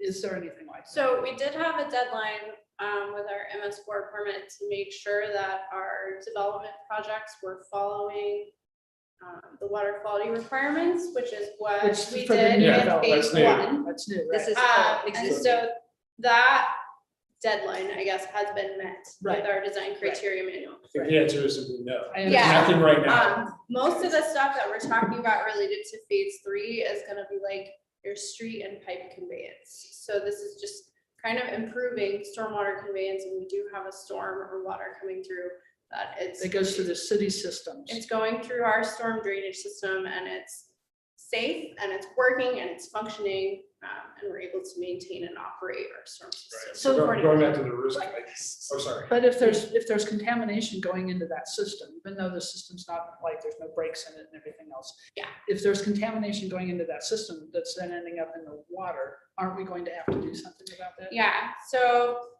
we have our 6 program elements, and they outline best management practice. It's a practice-based permit versus a benchmark-based permit like the wastewater plant is. So we implement our best management practices within these program elements, and the theory is that that should improve Gotcha. the discharge of water through our storm system. That makes sense. So let me maybe reword it a little bit. I'm trying to create that story to the public for why they should care, right?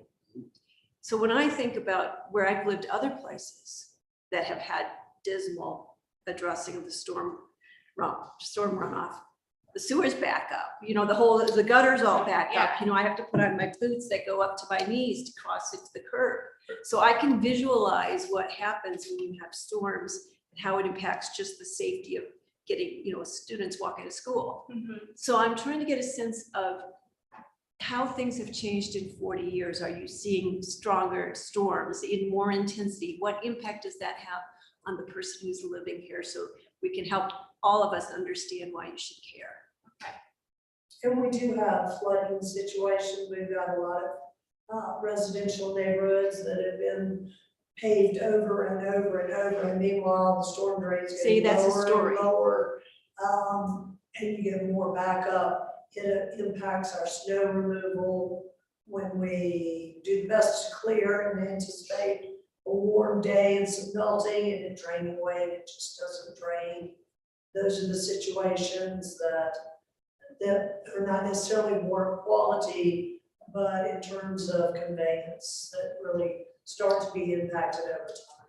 And I think those are things we're trying to address both. Right. Is when we do a street project or a storm project that updates the pipes, we also want to add a water quality component to it if we can. We tried to do that on Thomas. And with budget and construction bids, we actually phased that out. So it's still a phase that will add water quality, but we designed it into that project where it was just we want to replace the curb and gutter so it flows better. We want to replace the pipe system so it doesn't flood the street.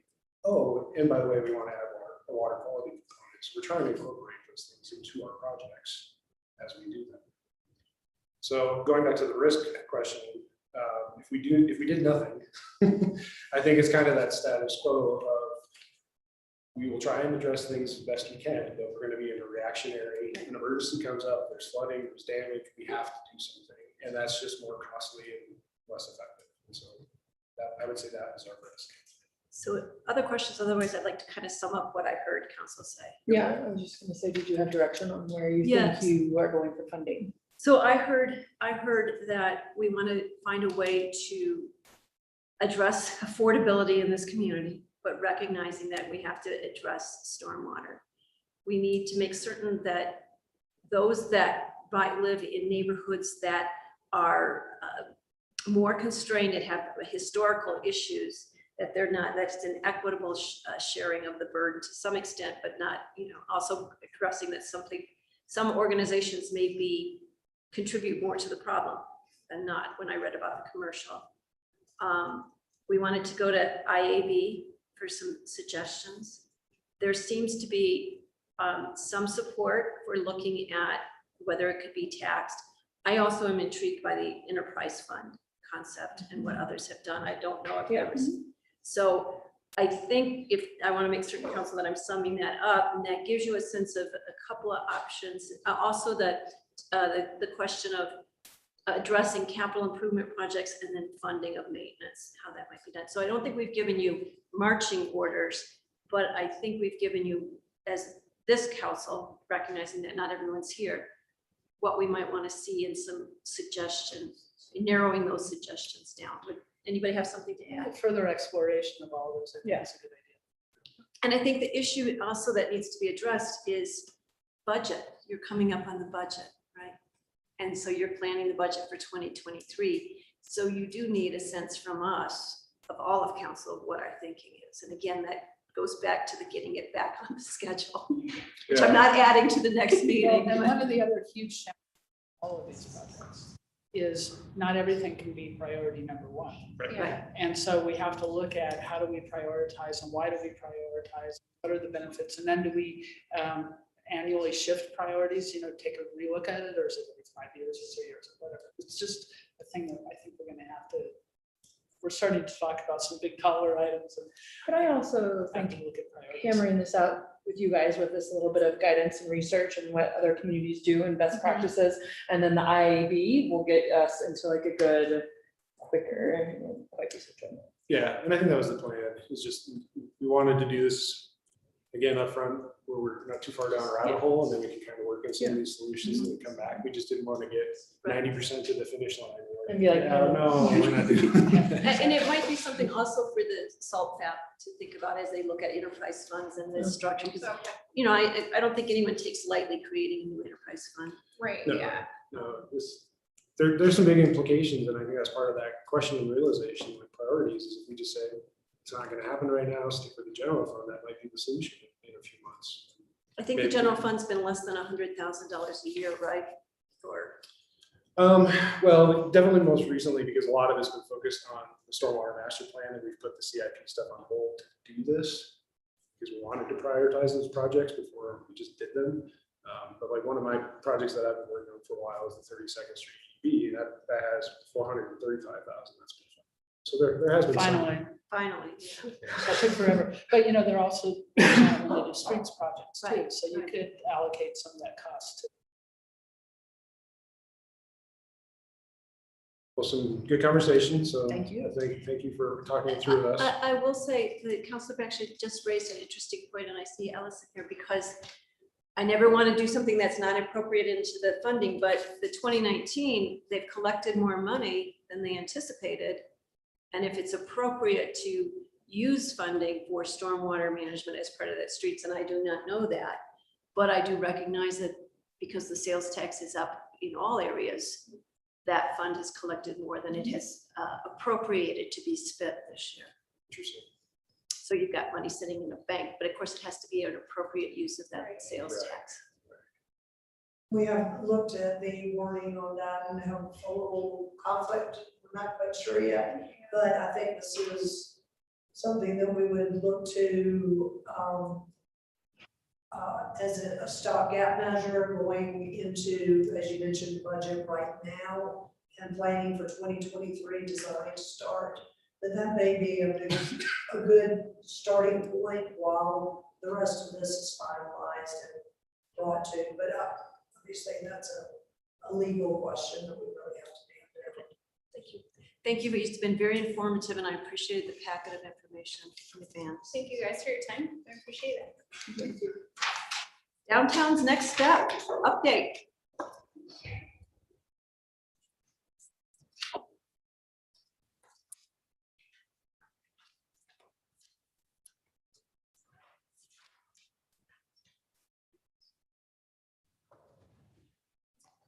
Savannah, welcome. Thank you. Hi. Devin. Devin's back.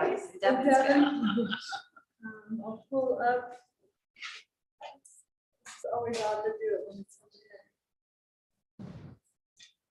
PowerPoint for you.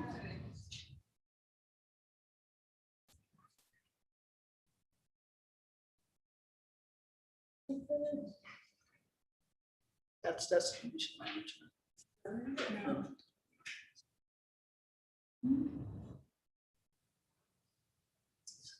I don't see it. I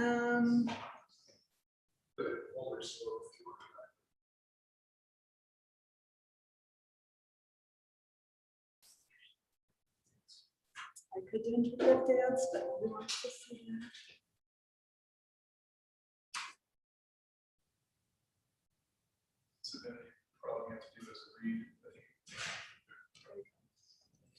like this. Okay. Yeah. I'm Chair Council Savannah Lytle, Community Development, and I have with me Devin King, Multimodal Administrator. Right, and this is a quick update from the last time that I saw you guys about 3 weeks ago. We have since then had the open house.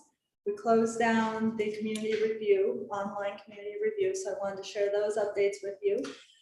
From that feedback, we had a few changes to the conceptual design, but nothing too major, and I wanted to share what those changes were for that. So that will be our final conceptual design, and we put that up online as well on the website for folks to see. So a quick project overview, the public engagement summary, and then the preferred design alternative. I brought this up last time. You guys have seen this a couple times now, but this is all of Main Avenue from 5th to 14th. The streetscape design, and this was a conceptual phase of this project. Right here is where we are. So we did the kickoff in December. We had a big questionnaire to understand better how people use downtown, what they want to see, where they see downtown going. And from that, we did some analysis and visioning and came up with 3 conceptual designs. Presented this to the public for their feedback on these conceptual designs, and then developed a final draft conceptual design, which we presented to the public during this past month online. We had almost 2,000 people view it, and then we had 58 comments on that design. They're still seeing it. I just want to make sure. That's what I see now. Thank you. Thank you. This will help. And then from here, we're now moving into phase 5, the ongoing coordination and engagement, which I'll share in more detail at the end. So just a quick recap from that December when we had almost 1,000 people respond. This was feedback that we saw throughout the process, and even in this last one, we saw that the safety for bicycles and pedestrians was still a high priority, as well as the wide clear sidewalks, the public amenities space. That increased bistro patio space was also a priority. Continued business access and support was key as well, especially during the construction phase. How can we work with the businesses during that? Sorry, they're still not seeing it. Zoom. Not sure. Yeah.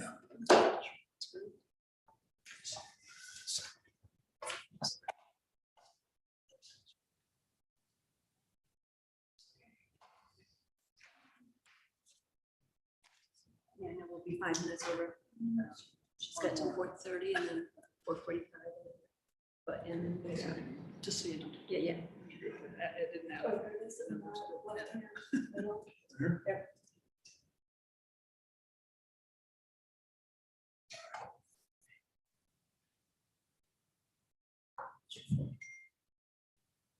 That's what's the same. We can see it now. And then you can click the. Got it. reopen Thank you close so much, PDF.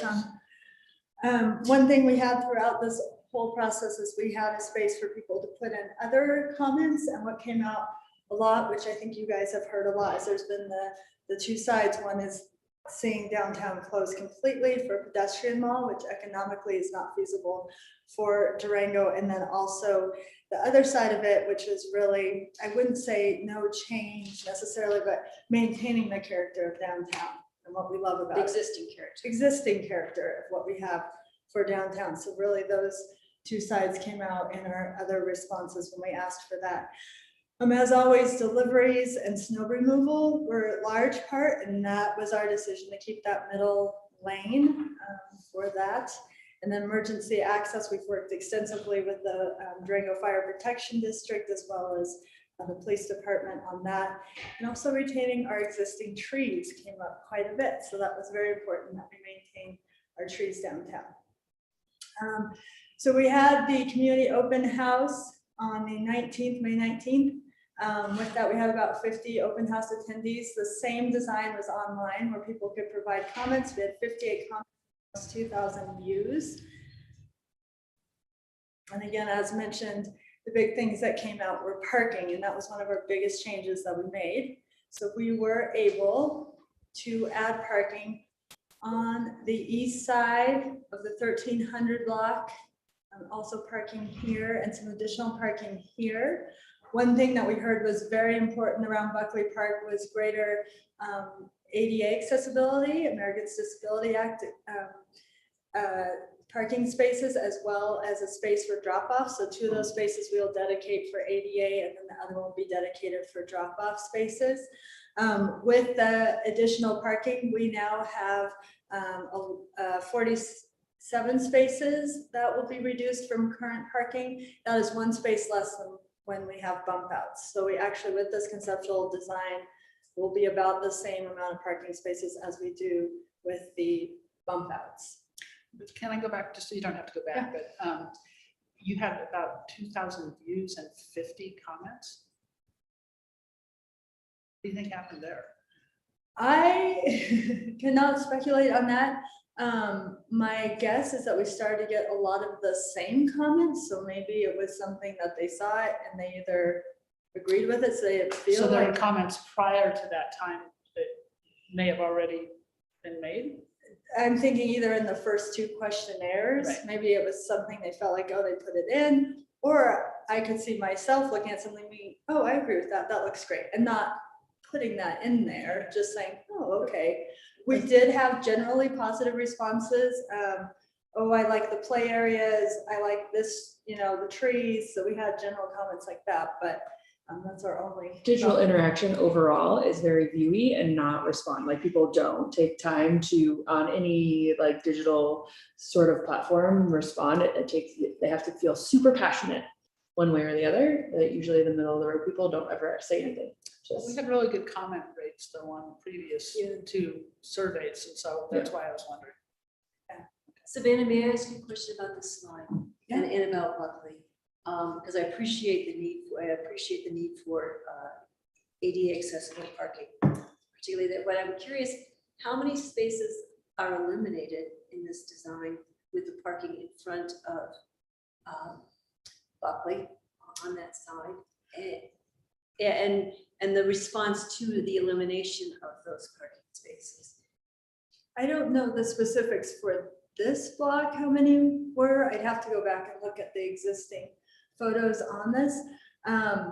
My guess is it's going to be, I don't know. We're adding quite a bit on the west side. There's currently diagonal parking there that is on private property that we're working with the owner to put in that plaza and then add some parallel parking. So we are adding some that is currently not there with the removal of that diagonal parking.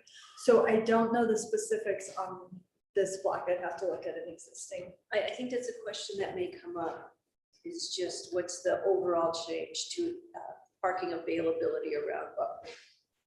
Yeah, no, that's a great, and we can look further into that one. Because I know that was the concern, and that's why we added some more in that one. So that was our address there, where we were trying to address the vehicle parking. That one, most of the rest of the plan stayed the same from what was presented 3 weeks ago and what was online as well, and what people viewed at the community open house. These are the flexible blocks, which originally we weren't going to have any on-street parking. We added on-street parking for these. So these are ones that quickly can be converted into festivals if they wanted to, or other ways to quickly close the street, kind of to address those folks that did want that pedestrian wall along these blocks. And then this is 7th to 9th Street. Those stayed the same with the bulb outs.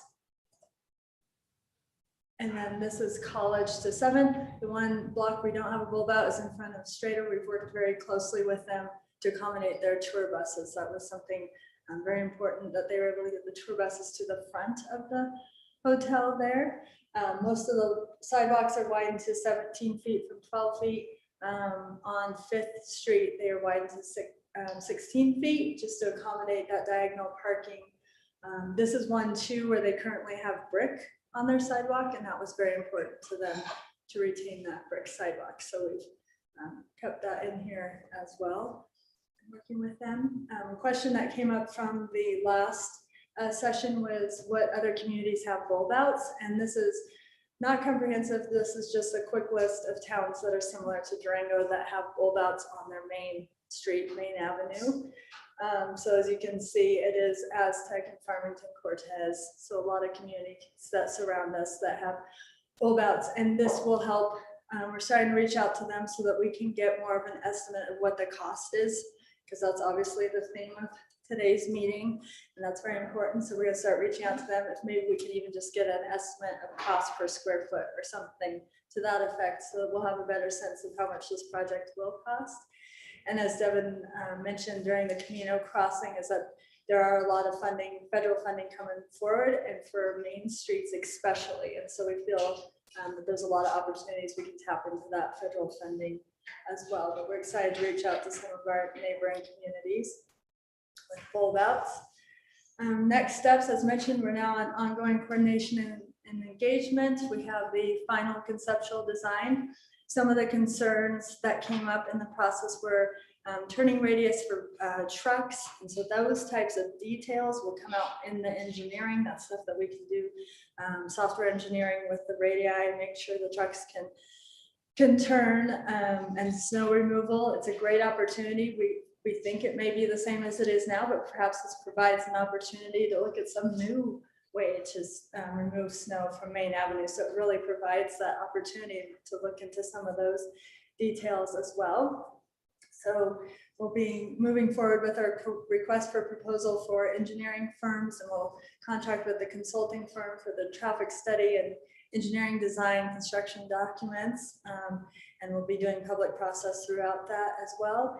And as mentioned, we'll start reaching out to some of these communities to get a better understanding of construction funding and where those funding opportunities are, and then construction contract.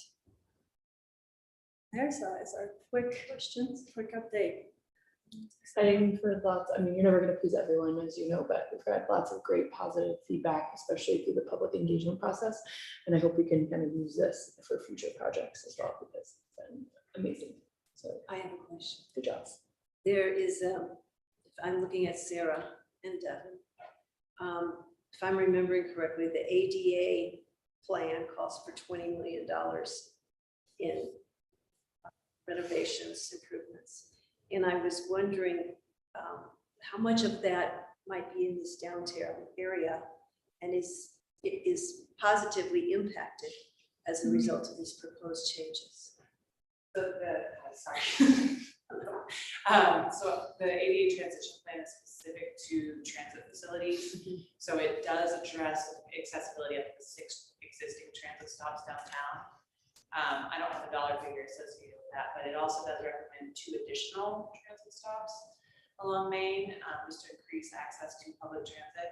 So it doesn't address a significant portion of the ADA transition plan, but there are projects identified that are in the plan. So any curb and gutters, any curb cuts, not curb and gutters, but any curb cuts, would they be addressed that might be in this plan, so that we're actually, you're re-envisioning Main Avenue, but you're also making progress on the ADA? Yes, absolutely. There are a significant, Also making progress on the ADA? yes, absolutely. There are a significant amount of accessibility and ADA improvements projects. What is it you need from us other than you're giving us an update? Want to give you an update on this, our final conceptual design, and let you know our next step forward with contracting with a consultant. Just updates. Excellent. Do the fun part. Very good. All right, thank Thank you. you, Savannah. Thank you, Devin. And Sarah, thank you. Okay, back on schedule. We are with Tom on the Durango Destination Management update. If we allow Tom his full 15 minutes, which I believe he should have, we may be 5 minutes over by going into addressing. Okay.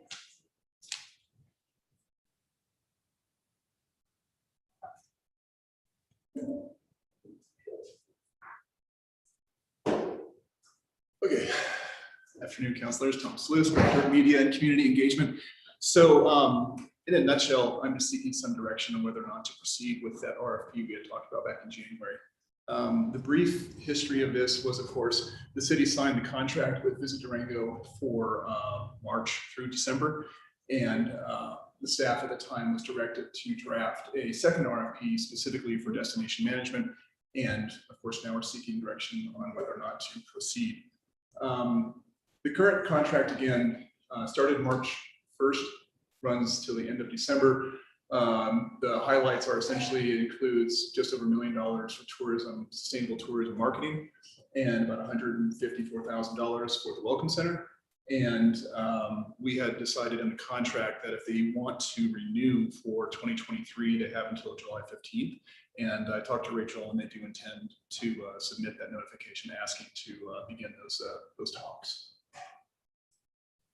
So the destination management highlights, again, it's really the bigger picture item. We had gone through sustainable tourism RFP without doing this in the first place, so we were kind of behind the 8 ball. Again, it's a 10+ year plan. The goal, of course, is to essentially implement the community vision for tourism that's going to reflect our values, which of course always involve the stewardship of the environment, growth management, preserve our quality of life, and of course, have this be a very collaborative process involving all stakeholders.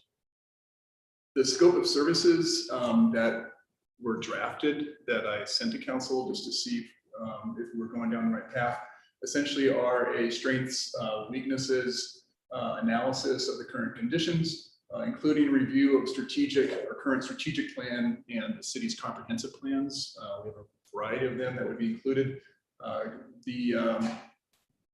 The proposer, if they were selected, would conduct a tourism and economic impact study, as well as a tourism impact study, which would look at our quality of life for Durango overall. And of course, that's going to involve, I would say, pretty significant stakeholder outreach. After that input is received, they would create the destination management plan, and that would be updated annually. And that's really it. I think we had estimated about $50,000 up to $150,000 and $150,000 on the high end for getting this done.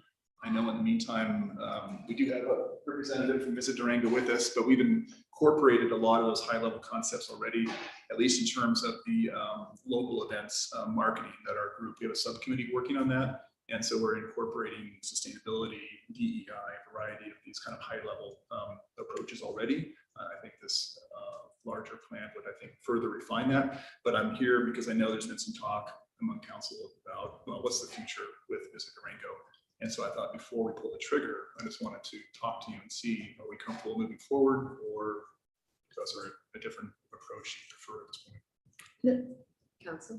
Now, in my mind, it shouldn't matter what our marketing firm is. This destination management plan works with, after it's like set, right? That's what our marketing agency would use. Visit Durango, or if Visit Durango doesn't want to renew its contract, they would use it. So it's really two separate, and most municipalities do it that way.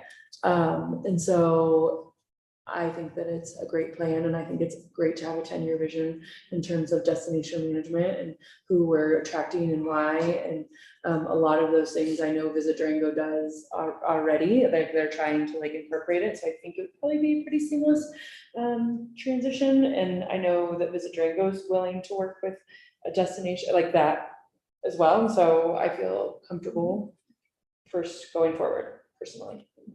Yeah, I think it's a great plan. I do wonder about revising it annually, updating it annually. I don't know if that's a lot of work, and then if you decide to make changes, it's also cost involved. I'm wondering if every 2 years might be a better recommendation to see how, because anything that you put into operation is probably going to take more than a year to see your impacts anyway. So I'm just concerned that might not be the most efficient way to do it. But other than that, I really think the plans, or the RFP for the plan concept is great. And I will add that I think it's needed. And I think a larger, to what points of larger thinking. And I also think the data and some of the metrics will be important that come out of it.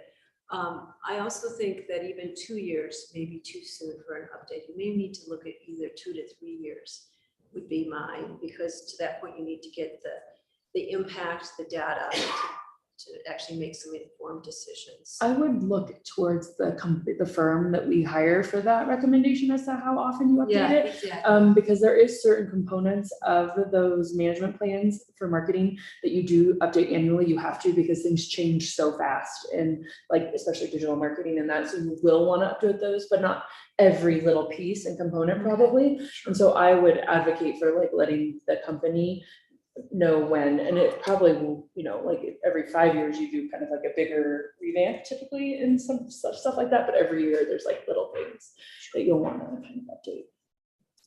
Well, I Just kind of one think person. that every year things would come from the marketing arm that we're working with. Yeah, and And because the management destination plan is supposed to be a little bit higher vision than the actual details. Right. But again, I think that they would have to be the Yeah, I agree with that. experts. Sure.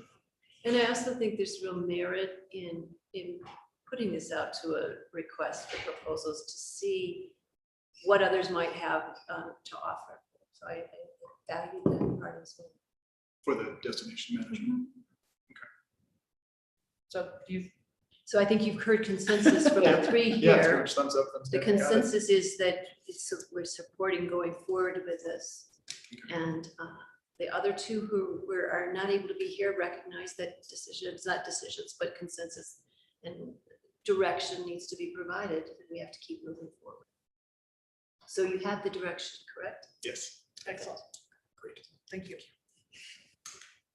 Ms. Harmer, are you coming down to the table or to talk about liaisons? I certainly can. Faye, do you have a presentation or stop sharing? No. Tom, did you have anything else to add? No, I don't. Appreciate the feedback and we'll let you know how it goes. Thank you.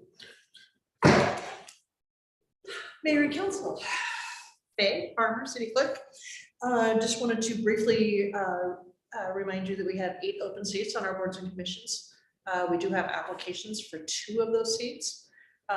Judy Mora of the Historic Preservation Board did actually apply during the process, but her application got overlooked in the interview cycle and she did not get scheduled for an interview, but she is interested in continuing on the board. And on the Business Improvement District, we have a new candidate, Monica Broderick, who has applied. She has met all the criteria as far as being a business owner or running a business in the downtown area, et cetera, et cetera. The other 6 seats, we do not have any applicants for. And so I was just looking for direction from council, how or if you wanted to fill those vacancies.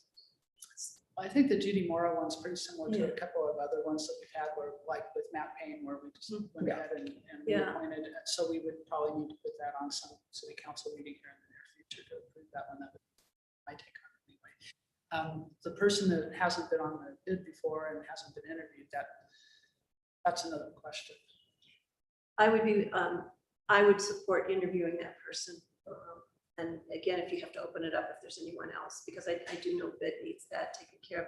The others that have vacancies, they tend to be very task specific boards, right? Like you've got the retirement board, you've got the officers. I don't have the whole list in front of me. So can they function without having with the vacant seats? Or do they have enough to get a quorum, issues like that? The Fireman's Old Hire Pension Board, I don't believe we have any candidates that qualify. Right. Just because of their strict requirements for that. The Retirement Board, we only have 1 public seat on that. And generally we would have 2 public seats on that, in addition to the staff seats that are on that board. That one is kind of either or kind of thing. The Election Commission, we have no public on it. And we do have a possible upcoming election, both in November and in April. It's a concern. Do you anticipate maybe a targeted outreach for the retirement, maybe to some financial advisors or something like that, that might be appropriate for that board rather than just an all call? And the same with the elections, maybe some people who've served as election judges or officials and different. So if we don't have an election commission, does their board man do that? What happens? No, the election commission originally, when we had polling places, would actually help monitor the polling places, make sure that, no one was interfering with the process, those types of functions. Because we have gone to the mail ballot elections, essentially the election commission kind of hangs out in the room when they're counting ballots and watches. That's pretty much the function. Once in a while, they would stop by here just to make sure that our ballot boxes actually have the locks on them and our log is intact. So are they a So- statutory required commission, or are they just something that we thought might be a good idea? I believe that's in the charter. I would defer to Dirk. Yeah, I think that's right. I believe the election commission is in the charter.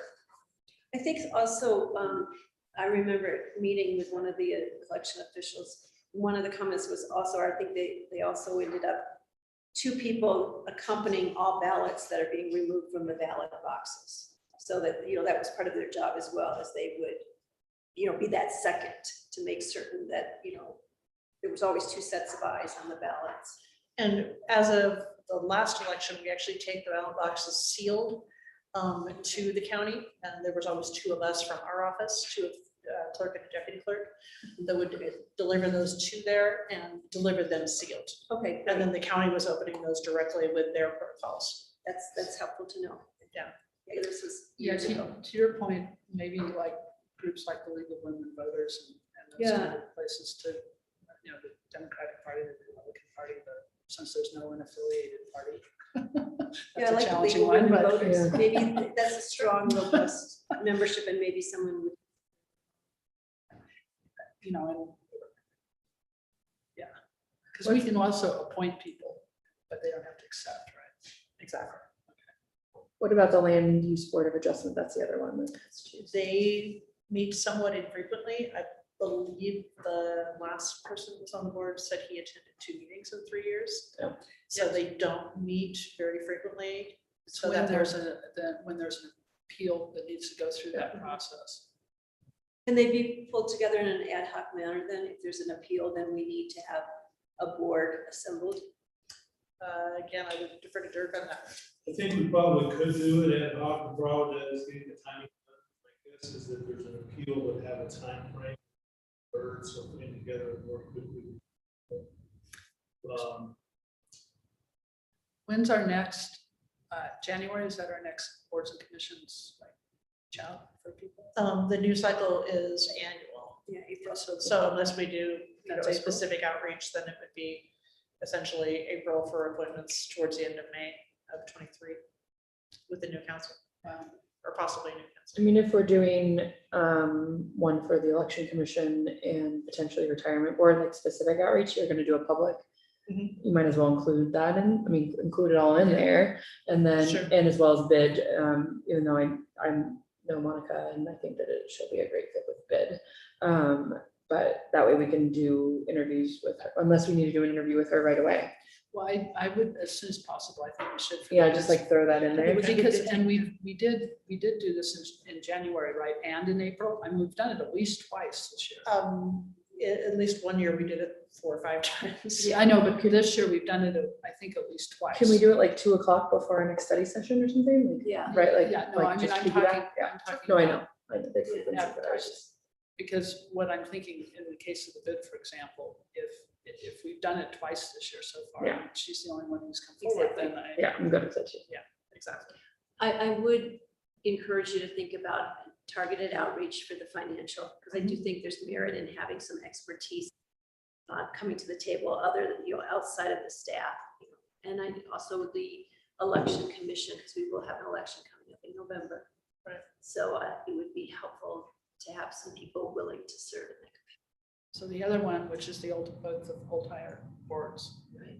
we're going to have issues with that as time goes by, because they have to have served or done this or done that, and they won't be around anymore, or they will be moved, or what have you. So. I think the statute allows for that, I think because if people aren't able to serve, and it does contemplate that might occur, that you could appoint other people to represent them. Like staff.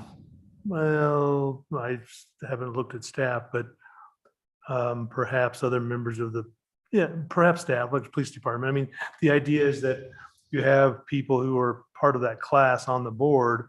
So if you have, say, a representative of, a derivative of that would be a police officer who could serve to their best interest perhaps, or a fire, the problem is we have police officers currently, but we don't currently have any firefighters on our staff. But other staff, I think we could probably make that work, yeah. Yeah, I also have a question, and I'm just getting a time frame. At our retreat, we directed the city manager to form the group to look at making recommendations for our boards and commissions. We've never done a review of them. Do you have a sense of the timing of when staff will be bringing that back to council? The group met just yesterday, day before, I don't know, yeah. And we're looking at one more meeting before the executive team meeting on July 1st, and possibly bringing that recommendation to council on July 19th. Okay. Is kind of our anticipated timeline at this point. That's great. Thank you. Anything else for Faye? Thank you. All right. I think we can adjourn this meeting on time. Thank you all. I think we have dinner. Do you want me on that side of you so you're in the middle of this? Okay, just make, I just saw that it was in a different